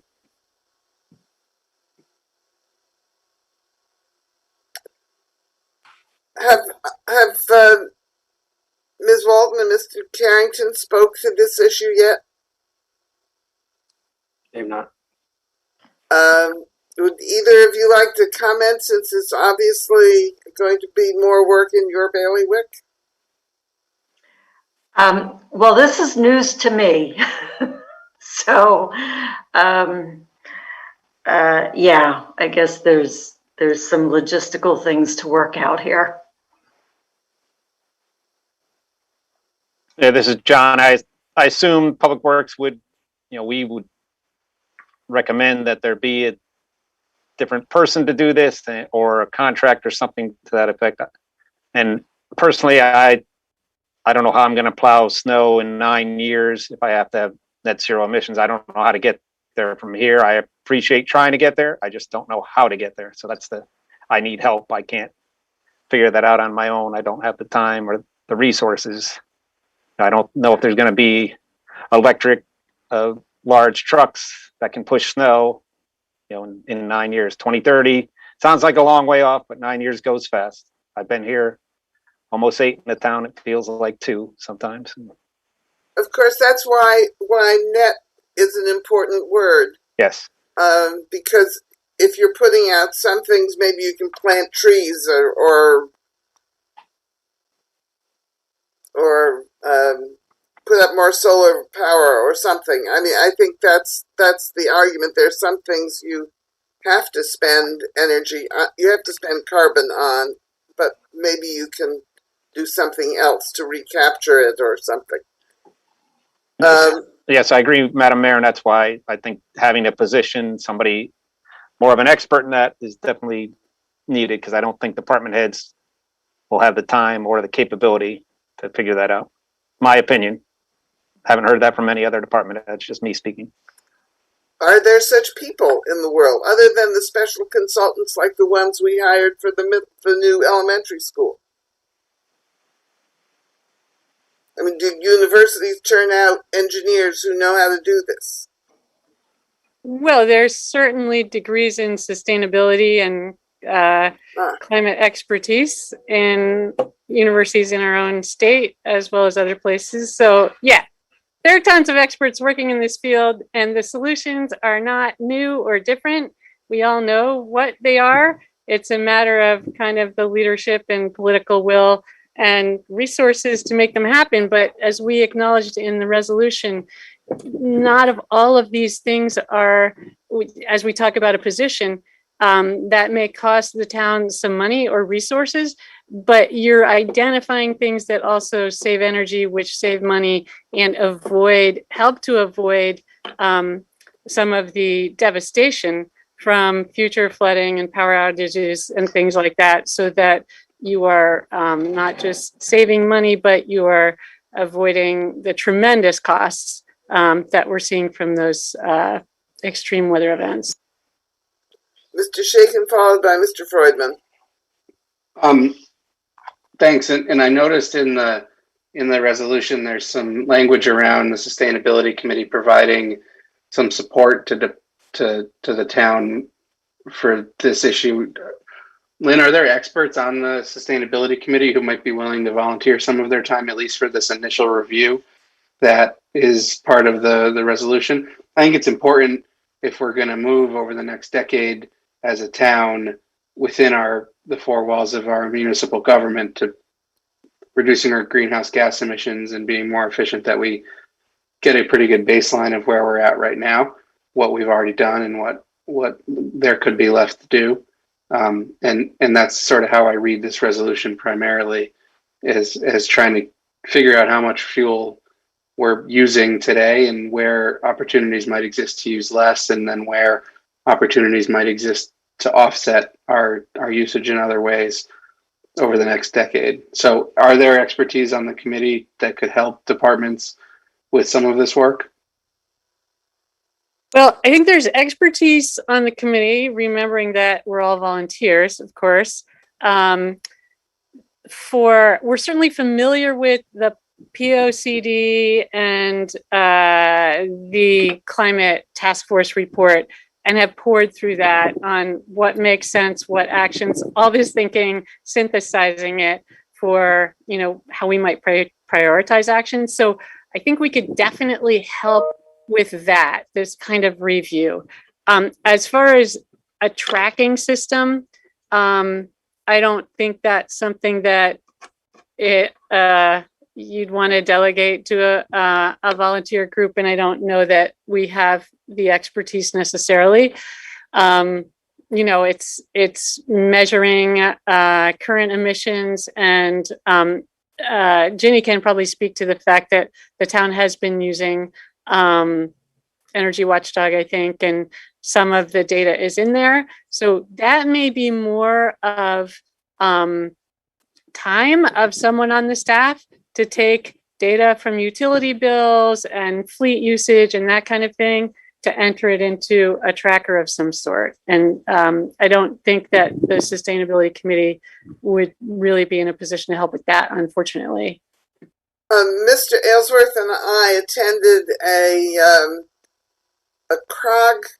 CCM meeting last week in which the Connecticut Green Bank made a presentation, and they made a point that there is a fund which is dedicated specifically to evaluate municipal facilities for energy usage and energy savings.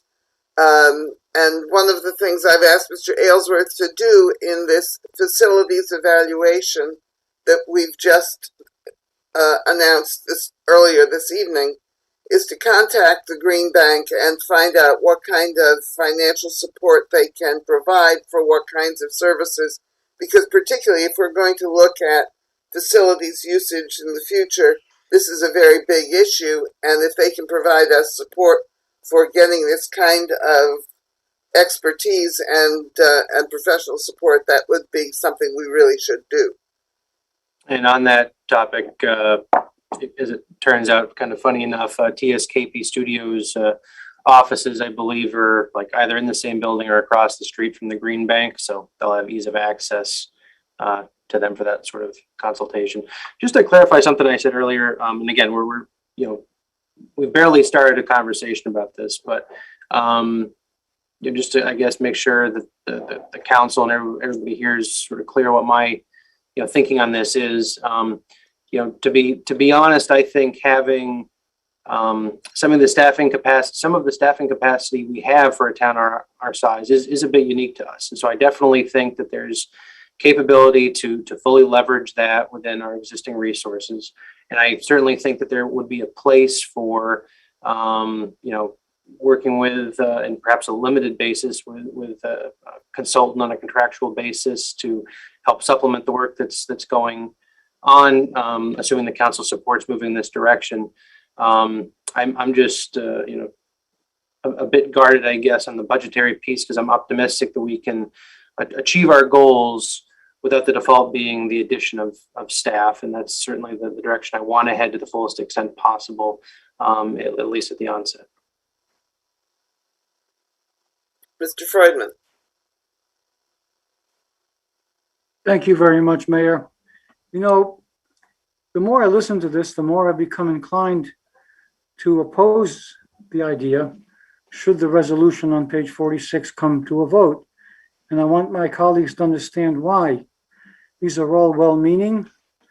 It's very hard to oppose something that comes under the banner of wanting to combat climate change, but these things come with a dollar cost, and it falls on the people least able to afford it. Now, I'd like to elaborate a little bit.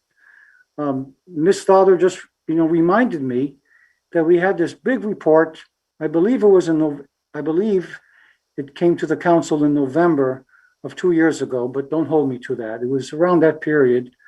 And I remember there were some 43 pages.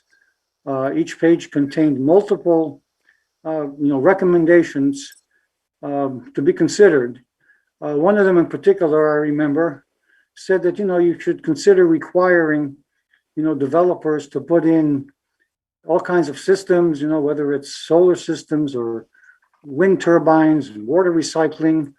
And the thing I remember commenting on at the time, and I'm going to say so again, is that I said that I've seen these things.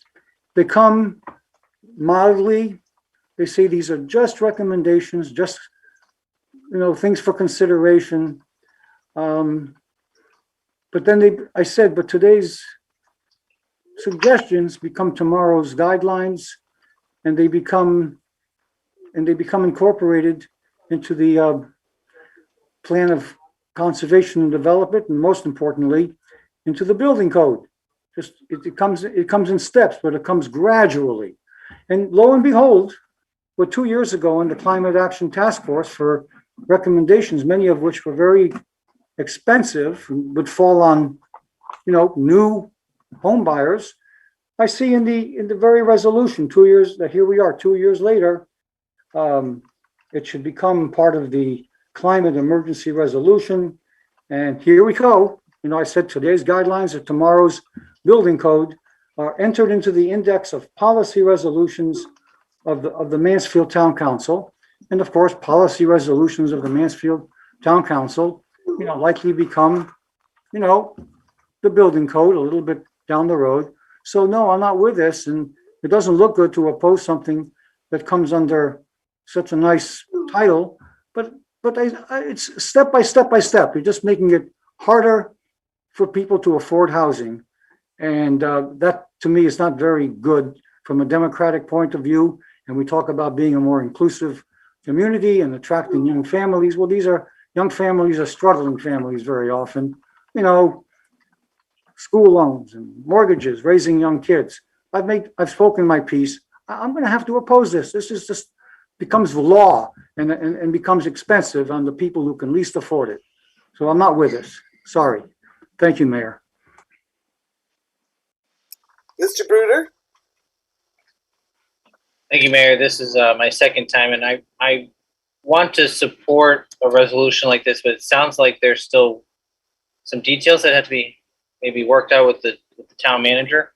And so I'm wondering if it would be more appropriate to table this until that can be done. But I don't know what the sense is from other council members. To me, it's not an issue of motivation or, what do we want to have done? It's just, logistically, how is it going to happen?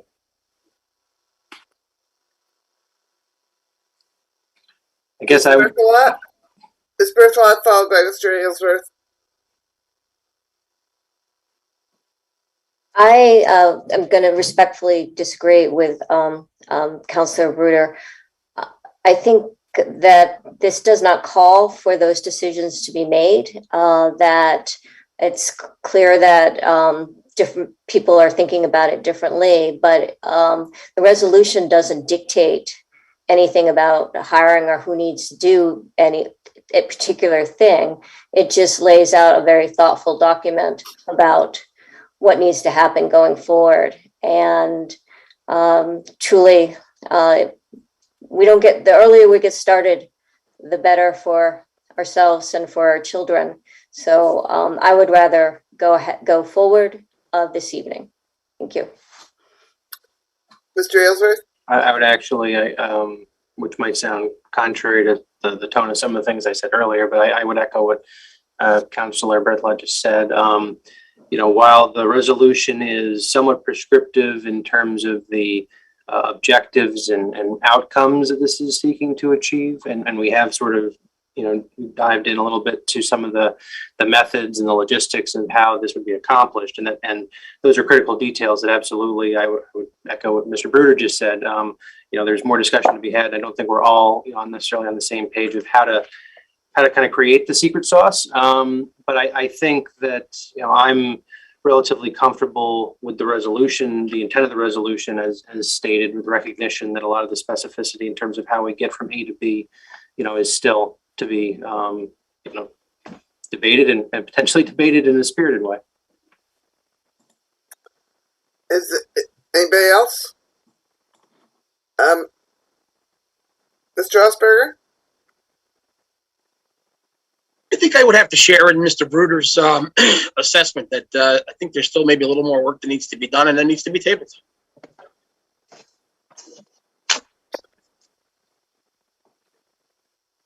Who is my parliamentarian? Is a motion to be tabled debatable?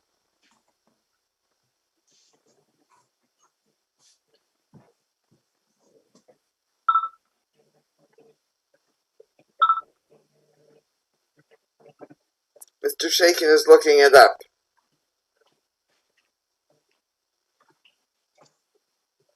It's not debatable, but no one has made that motion. That's right.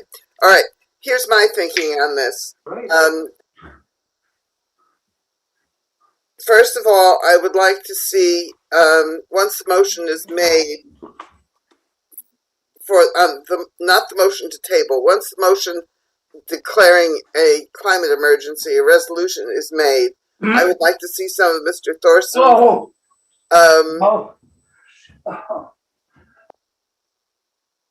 Some of Mr. Thorson's recommended comments to see if there's anything we would want to amend in the course of our decision. And but secondly, I would say if there's one thing this summer has shown us is that it's climate change is a real issue, and I think it's time we have to hold our own feet to the fire, whatever that means. I think that part of the goal is to actually reduce costs on people who build buildings, certainly, and on people who inhabit them, because it's generating your own solar power, your own electricity, and that will, in the long run, have a cost-saving effect rather than another. And the other thing is I keep thinking about what we have done in the past that seemed to be really overstepping, like when towns decided that people couldn't dump their garbage in their own backyard, right? I mean, those of us who live in old houses know there's a part on the property which was the garbage dump because you can go and dig up old glass bottles and other kinds of interesting things. Well, we have told people that they can't dump their garbage on their own property. We've told them they have to put in septic systems. We've told them that they can't build too close to the road. There are all sorts of things we have done to promote the general health and welfare of our communities around construction and around energy stuff. So I do think it's time that we do this, and I think we do have to hold our own feet to the fire. And while the problem is known and undisputable, the technologies will continue to evolve, and what we do and how they evolve and how we use them is not something we can specify anywhere at this point. There's some things we know and some other things we don't. So it's my hope that we will adopt this resolution tonight and then allow the community to and the town staff to pursue it and find ways of implementing it. Mr. Shaken. I agree, and I would like to make that motion. Move effective today to authorize the mayor to issue the attached climate emergency resolution. Said resolution shall be entered into the index of policy resolutions of the Mansfield Town Council. Ms. Berthelot, you second? All right, the motion's been made and second. Mr. Shaken. Thanks. Just briefly in support and my colleague's answer, I appreciate everything that's been said. I think, the resolution is just our direction to Ryan to figure out how to implement its recommendations over the course of the next several months and several years. But I agree, Mayor, that if the last 24 months or so at least has been any indication, we need to move quickly rather than slowly on this. It's important for us as a community to be an example to residents and businesses on how to act in a sustainable way. I will say, that I think we have made a number of strides of late, but that, cost concerns, especially with some of the facility upgrades, have held us back in a number of ways over the last several decades. And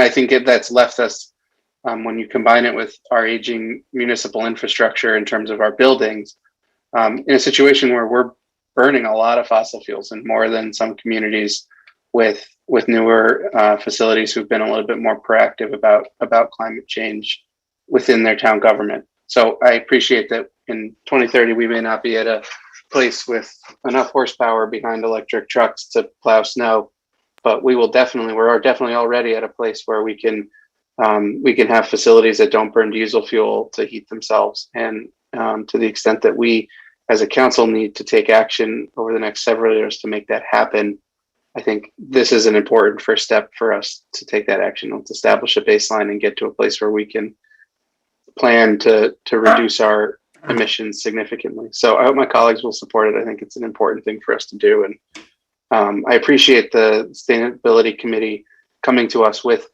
a resolution that includes some action, some real things that we can do rather than a simple declaration of emergency, which is something a lot of communities did a few months ago. People might have wondered, well, where was Mansfield? Why didn't we do that? When news reports had other communities in Connecticut declaring an emergency, declaring climate change to be an emergency. But I appreciate we took our time, as we often do, to come up with something that that's actually has some change that can be implemented and can get us to a better place in a few years. So thanks again for your work, and I hope my colleagues will support it. Does anybody else wish to comment on the motion? Mr. Bruder. I just want to say I'd be voting in favor of it. I think my logistical questions were weighted by the town manager and everybody else's comments. So I hope everyone else will vote in favor of it as well. Thank you. Thank you. Anybody else wish to comment? All right, is there, Mayor, yes, Mr. Freudman? somehow I've lost my video. I don't know how and what to do about it, but that's why I'm not, for some reason. As I said before, I'll oppose this because I think it's leading to increasing the cost of housing, which will affect people who can least afford it the most. Oh. All right, thank you, Mr. Freudman. Are we ready to vote? Mhm. All right, Ms. Shane, you want to call the roll on this? Yes, Osberger, No. Berthelot, Yes. Bruder, Yes. Fertoni, Yes. Freudman, No. Moran, Yes. Shuren, Yes. Shaken. Yes. Thank you. Thank you. The motion has been adopted, and I will be very pleased to sign it, to issue it. All right. The next item on our agenda is the American Rescue Plan ARPA Community Input Survey. Mr. Aylesworth. Thank you, Madam Mayor. Given the hour in particular, and I know you guys have some business at the conclusion of the public portion of this meeting, I'm going to try to roll through some slides here relatively quickly, but just to put this in the right context. So once the American Rescue Plan Act was enacted and municipalities started to learn more about what sort of eligible funds or what funds they would have available for eligible uses at the local level. And we knew what our general allocation was going to be, about $7.5 million. Our department heads, at my request, started working independently to furnish robust lists of projects that they had brainstormed. Go ahead. And after that sort of internal process and kind of compiling that master list, I know I made a comment before that, you know, we've quote unquote spent the money 3 times over, in the sense that we have, you know, 3 times the amount of you know, sort of laudable projects when compared to, you know, our actual available funds. But getting internal insights and feedback is valuable, as that is obviously from subject matter experts that work for the town. It's only one piece of the equation, and given the sort of very unique, frankly, once in a generation nature of this funding, and with the council's direction and support, we went out to start the process of getting community feedback, and we launched what we called a community input survey, an online survey, which was open basically during the month of August. And tonight I'm going to share with you basically just summary of the information, the feedback, the results that we received, and then we can talk a little bit about next steps. So if you bear with me, I'm going to try to share my screen, and hopefully this works.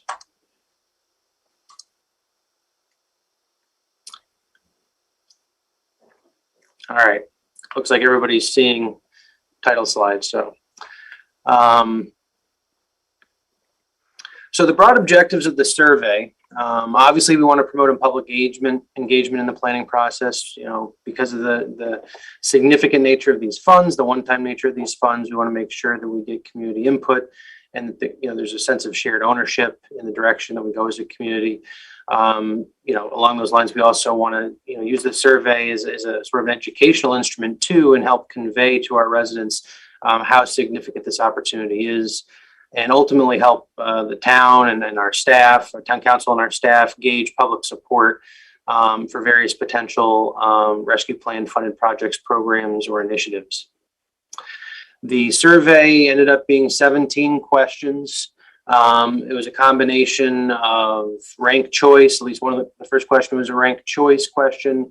Likert scale, that's, you know, your typical 5 levels from strongly disagree to strongly agree, with comment boxes on each one so people could explain their responses, some multiple choice questions, and some open-ended questions. The final 5 questions in the survey were demographic in nature and intended to help us understand the composition of the people that responded to the survey. I already mentioned that the SurveyMonkey was the platform that we used. It was an online survey. The survey was open for approximately 4 weeks. And we, on a weekly or sometimes I think twice a week basis, continue to push out to remind people that the survey was available through various means so that we could encourage people to respond and provide their feedback. We ultimately got just shy of 400 responses, 389 responses, which is not too bad for an online survey by most people's standards. And it is important to note, though, that the first question, survey question 1, which was, as I said, the only ranked choice option, we learned after the survey went live, so there wasn't really a way to change it at that point, that it did present an issue for people trying to do the survey on their phone. Without getting too in the weeds, if you try to, rank choice and move options one on top of the other, that conflicts with the smartphone's functionality when you're trying to just scroll to the next question. So basically it was preventing somebody from moving on to the next question, because anytime somebody swiped their screen, it would just take one of the options on the bottom and move it to the top.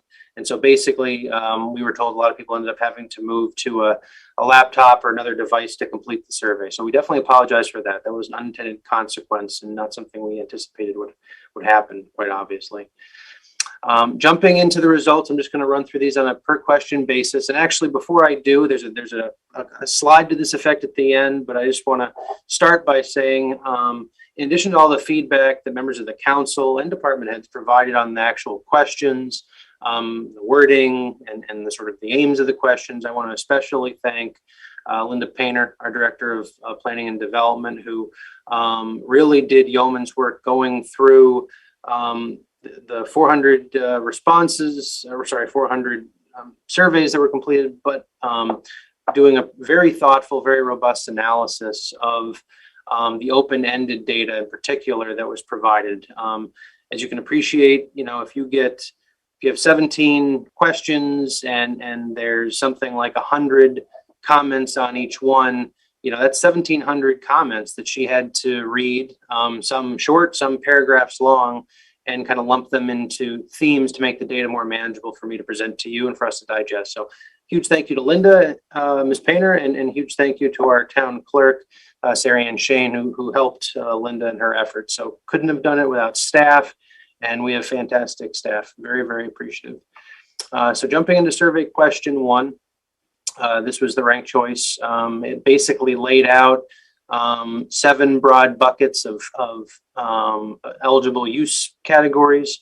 And this, what you're seeing here, the green bars and the numbers on the y-axis, these are weighted averages. So basically those that got more first choice selections is going to rate higher than something that got fewer. And so you can see that the number 1 vote getter based on this sampling of respondents was funding support to social service organizations, with number 2 at least slightly edging out number 3. That was funding support to local businesses, and then improving access to high-speed internet. And number 4 was replacing municipal revenues that were lost due to the pandemic. And one thing we'll talk about later when it comes to the representativeness of the data, I do want to point out that I think one takeaway from this, because there are legitimate questions to be asked about how representative the survey results are, is that every option that was presented got quite a few highly favorable choices. So basically everything that was provided as an option has to my thinking anyway, some basis for support. We can talk about that more later. Moving on, question 2.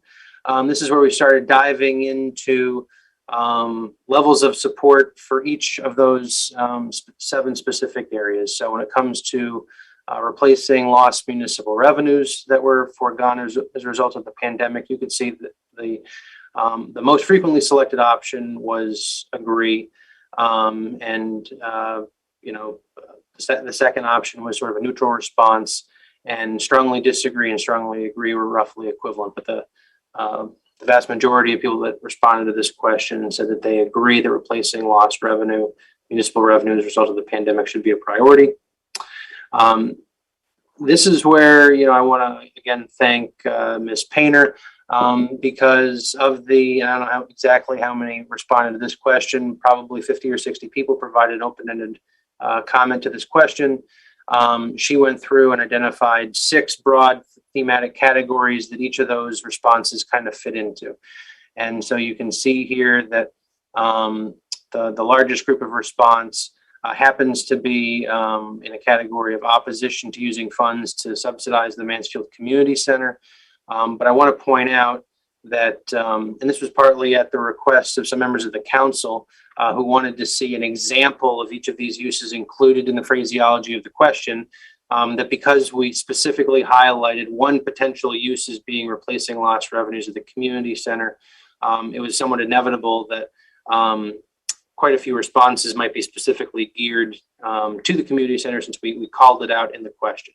And so that's, an example of sort of imperfect scientific method, but it was something that we used to try to help put the question in the right context.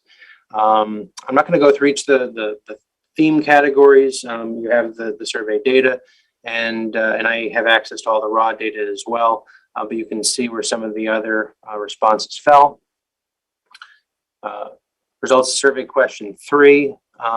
This was pertaining to upgrading municipal facilities to make them more resilient to a future pandemic or the current pandemic. Again, the most common response was agreement that this was a responsible use of the funds. And the second highest was kind of a neutral feeling, or sort of in the middle feeling on that.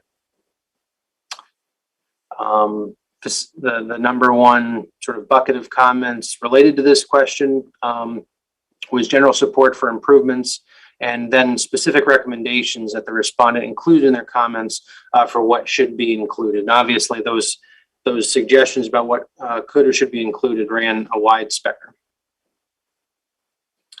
Responses to question 4. This was related to the expansion of the municipal water or sewer system infrastructure and service. And as you can see in this particular case, the distribution was far more even across basically all of the options, with a slight net unfavorable rating, I guess you would say, in the sense that there were more people aggregate that disagreed than agreed with this being a priority focus area. The 2 categories that got the most comment, or themes that came up the most in the open-ended comments, was one of general opposition to using the funds in this way, and that concern the UConn's influence and interference and overall ability to impact the decisions of how the infrastructure is used. And also there were some comments about how investing in water and sewer infrastructure does not benefit the community as a whole, because obviously most residents are not on municipal water or sewer systems. Responses to number 5, or results for number 5. This relates to improving access to high-speed internet in underserved locations and populations in our community. A high level of agreement here. Most common choice was agree, and second highest was strongly agree. So there appeared to be broad support for this particular use of funding. And of all the comments provided on this question, the vast majority fell into a general category of just reiterating support for improving high-speed internet access in our community. So of those that responded, strong support for this. Question 6, funding support to social service organizations that provide assistance to vulnerable populations in our community. Strongly agree was the number 1 response, followed by agree. So of this group of respondents, a lot of support for this particular funding area. And in the comments provided, the most common theme was just reiterating that this should be a high priority for support. And some of the other categories, because they were a little bit more evenly distributed here, that are worth noting, There were some people that felt strongly, as you can see here in the next bucket, that funds should not be used in this area. Some people wanted to differentiate between funding for the town, focusing on improving municipal social services as opposed to providing funding to private organizations.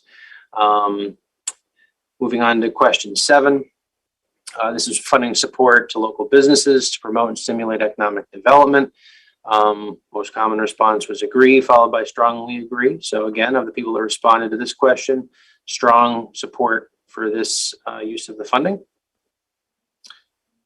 Most common theme in the open-ended response boxes was reiterating that there's high support for this. And then there were also a number of people that commented that funds should not be used to assist businesses specifically. And then there were also a lot of comments specific on suggestions for how it could be implemented in identifying priority funding areas and suggestions for ways that we could ensure equitable disbursement of the funds for this particular area of use. Question 8 was providing premium pay for essential workers, including certain categories of municipal employees who have risked personal exposure to COVID in the course of serving the public. Most common response was agree, followed by strongly agree. So a lot of support for this particular area of funding use, eligible funding use. It's important to note, though, that there were a number of people who, in the comments field anyway, signaled very strong opposition to this, and others that identified specific departments or types of workers that they thought should be eligible. So basically, comments that would suggest providing more narrow criteria in terms of who would be eligible and not necessarily dispersing with premium pay to a broader definition of essential workers. Question 9 tried to get at people's preference for whether rescue plan funds should be used to fund municipal projects and initiatives or the projects and initiatives of private organizations and businesses. And this is interesting because the way people responded to this in some way stands in a bit of a contradiction to some of the earlier responses, which were very strongly in support of at least the intent of the question, funding support for private social service organizations and local businesses. As you can see, by a 2-to-1 margin, respondents said that they would prefer to see the funds used on municipal projects and initiatives and needs. And about half the number of people that responded said they'd like to see private organizations and businesses be the priority use of the funding. So that's interesting, again, in my opinion, bit of a diversion from the earlier data responses. Question 9, this is the comments that were provided. And you know, some of the responses were differentiated, I guess, in terms of why people felt that municipal would be better than private or vice versa. Question 10, which of the following best describes your preference with respect to how municipal ARPA funding should be apportioned? And this was for me, who I was sort of checking the tallies on a daily basis just to see how many responses we'd gotten. This question, it was almost like election night. You know, you start watching the returns come in, and it started off a dead heat, and it stayed a dead heat, and it ended as a dead heat. So basically, it's a toss-up. So either we have a very equal number of people that feel that we should be funding a fewer number of things with larger dollars, or a larger number of things with fewer dollars, or people, you know, sort of equally misinterpreted the question, and it was kind of a coin toss, but it really was split 50-50. Not necessarily an awful lot I want to focus on here.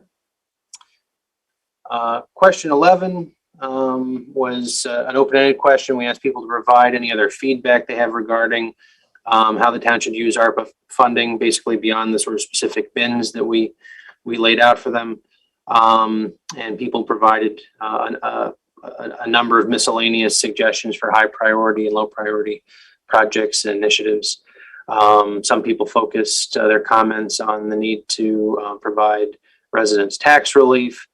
And Question 12 asked people whether or not they would be interested in participating in future community forums about how the funds will be invested, and by a relatively healthy margin, most people said no. We asked people about their present employment status, and the vast majority of respondents are employed on a full-time basis, followed by retirees.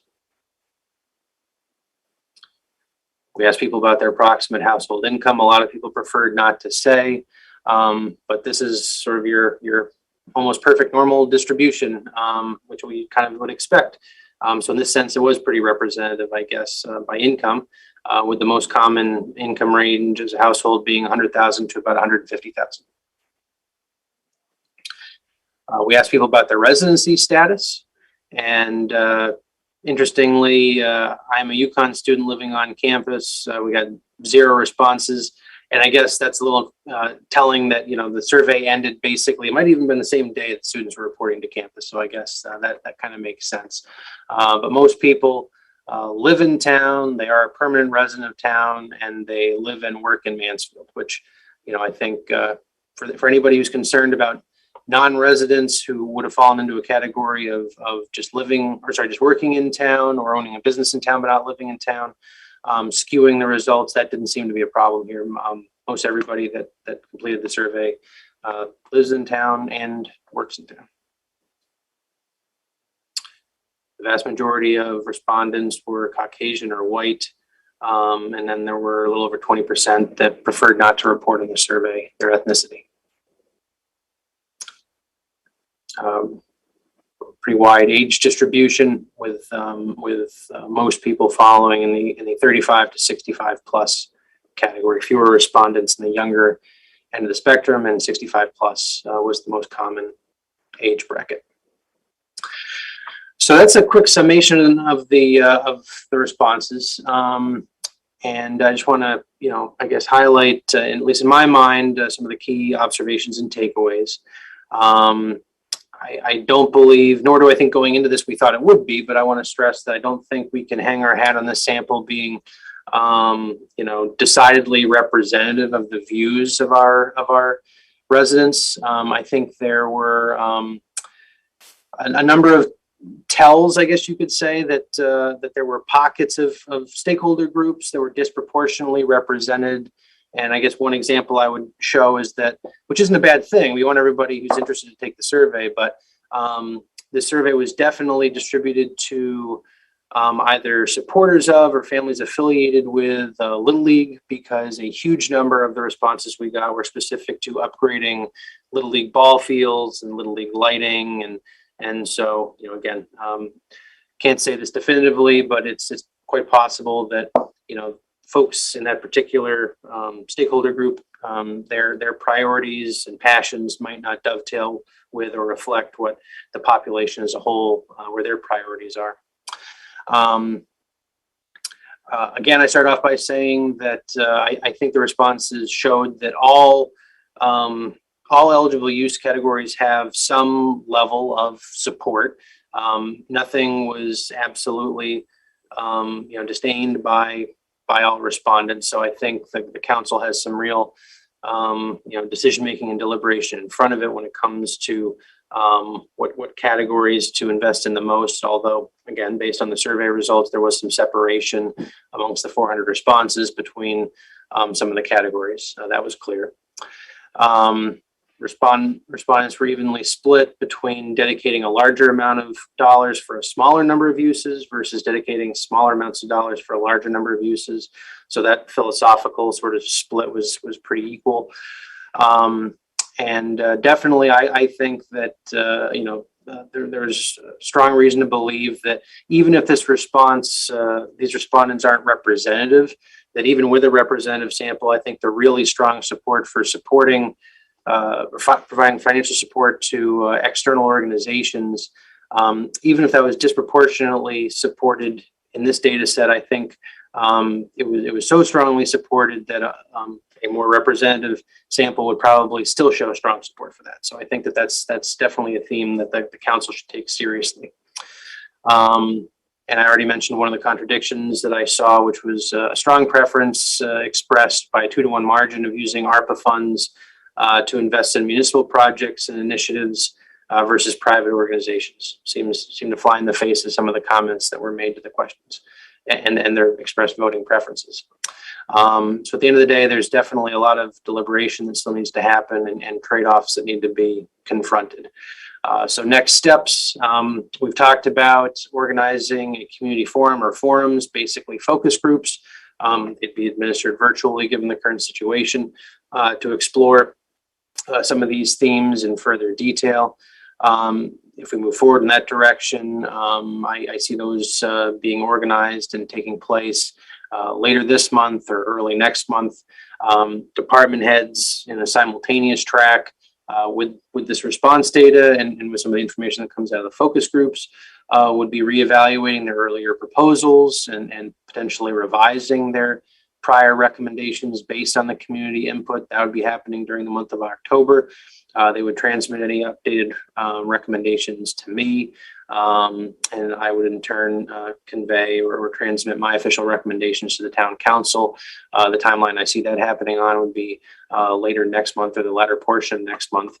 And then during the month of November, wasn't being too specific here, that there's no inordinate rush that's needed, but during the month of November, basically prior to us kicking off the annual budget season in December, kicking that off in earnest, would be the time frame that I see the council wrestling with some of these options, doing your due diligence and your deliberation and making the final rescue plan funding decisions, or at least some initial decisions. Obviously, you don't have to figure out how you're obligating every single dollar right out of the gate, but you have to decide where you want to start. And so that's basically the summary. And again, I just want to reiterate my thanks to staff, in particular Linda Painter and Sarah Ann Shane for their work behind the scenes and helping with the data analysis to make this a little bit more digestible for the council for me to present it to you. So with that, I will open it up to questions. I won't stop sharing my screen just in case anybody wants me to refer to a specific slide.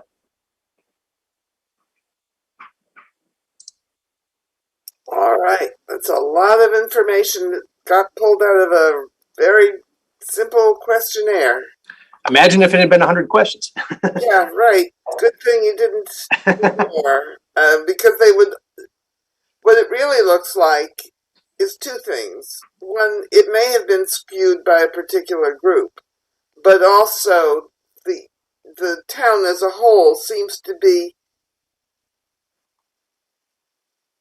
have only a few very general directions and very few specifics that they really want to follow, unless they have a particular interest. So, does anybody have questions for Mr. Aylesworth? And I can only see 4 or 5 of you on the All right, I'll stop my screen share for the moment. I can figure out how to do that here in Zoom.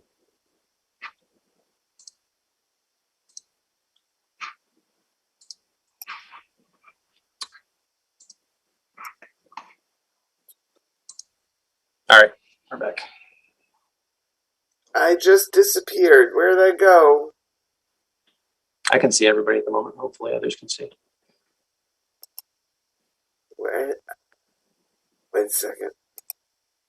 There we go. For some reason, you all disappeared from my screen. Okay, questions for Mr. Aylesworth?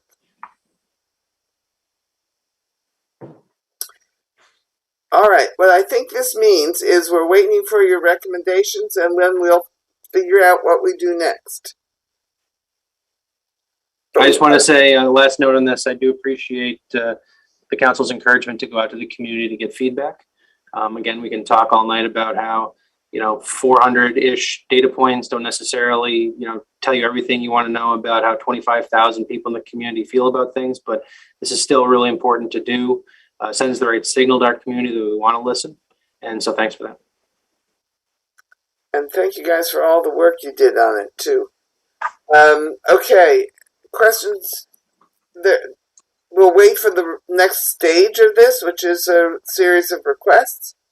So the next item on our agenda is council committees. The finance committee canceled its meeting and Mr.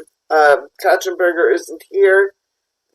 Is there anybody else who has a report from finance? Is there a report? No, we canceled our meeting this evening. Right. Committee on committees, you had some recommendations. Do you have anything else to report? So those that were on the consent agenda were from our August meeting because we didn't have the second meeting in August. We met again this past Thursday, and there'll be more appointments that we're making recommendations to the town council for our next town council meeting. Okay, good to hear that. Personnel. As you know, we'll be going into executive session for the town council or the town manager's 6-month review. The other thing of interest right now is that Ms. Schaefer, the director of personnel or human resources, has been working on a policy for remote work. It's not done yet. It's a work in progress, but it's certainly super important given the current times, and certainly applaud her initiative there and look forward to continuing to work with her on that project. Thank you. Mr. Bruder, ad hoc housing? Yes, please. We met also on Thursday following the committee on committees, and we have we're going to be working on a draft ordinance for the housing trust that we were charged to do. And then also we'll be working on what the permanent committee will be looking like so that the ad hoc committee can wrap up what we're doing and you know, let the people who are going to be doing this go to work. Thank you. Next is our departmental advisory committee reports. Anything on petitions, requests, and communications? Mr. Aylesworth, there are 2 Connecticut Siting Council letters. Do any of those have any significance for us?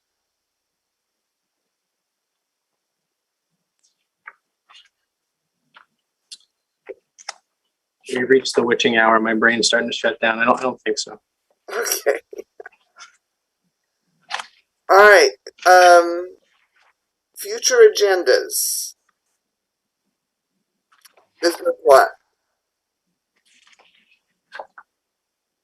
I think given the president's recent announcement regarding mandatory vaccinations for employers of over 100 employees, we need to have a discussion about mandatory vaccinations for the employees of Mansfield.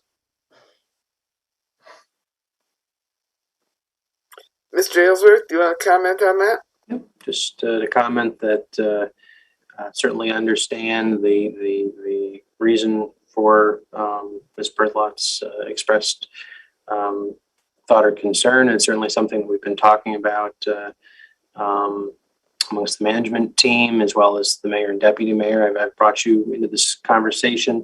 I've also been in regular communication with my counterparts in other municipalities to, you know, not to say that we will follow what others are doing and not make our own, you know, blaze our own trail, but it is important to note that there have been a number of recurring themes that have come out of those discussions as far as, you know, weighing, I guess, different pros and cons, given the politically charged nature that this has for some folks.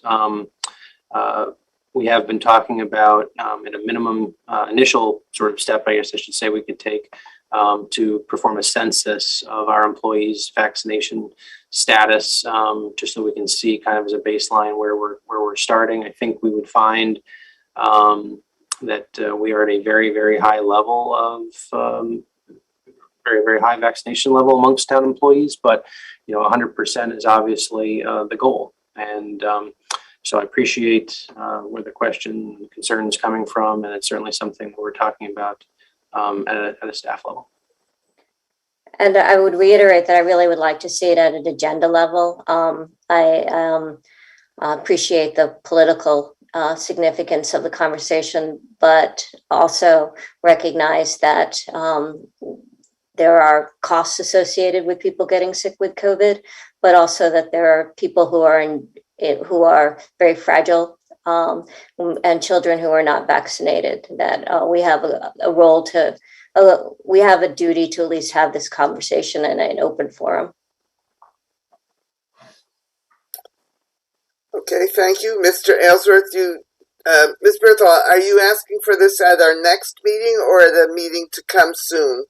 Ideally, I would like to, I'm not in charge of setting the agenda, and I recognize that, and I recognize that I can't, that this is a group conversation, but the sooner the better, I think. So yes, ideally, I would like to see it on the next agenda. Okay, Mr. Aylesworth, let's have this discussion in our agenda review meeting before the next meeting, please. Yep. Okay. Happy to revisit it with you. Thank you. Okay, the next item is an executive session. Would somebody move us into the executive session? Mr. Ruder? I move to move us into executive session to discuss personnel matters in accordance with Connecticut General Statute Section 1-206A in regards to the town manager performance review, and invite, not sure who I would invite. Ms. Berthold, is this the meeting with the town manager or before we talk to the town manager? So as I understand the rules, the town manager has a right to stay, but ideally this is a conversation amongst the town council. This is not the point where we've had he's not seen the results yet. There absolutely will come next will be an opportunity for Mr. Aylesworth to address the council regarding the review. Okay, so there's nobody outside of the council members themselves who should be present. That's my understanding. Now, I don't know how that works logistically. Right. I was going to say, I think I have like administrative privileges right now. I think Tasha, though, is the ultimate host. So Tasha, if you're listening, I think you can probably make Mayor the host, perhaps, and she could control the rest of the meeting, because when I log off, I won't be logging back in. And if you leave too, then the two of us are both gone. So somebody has to be able to keep the meeting going.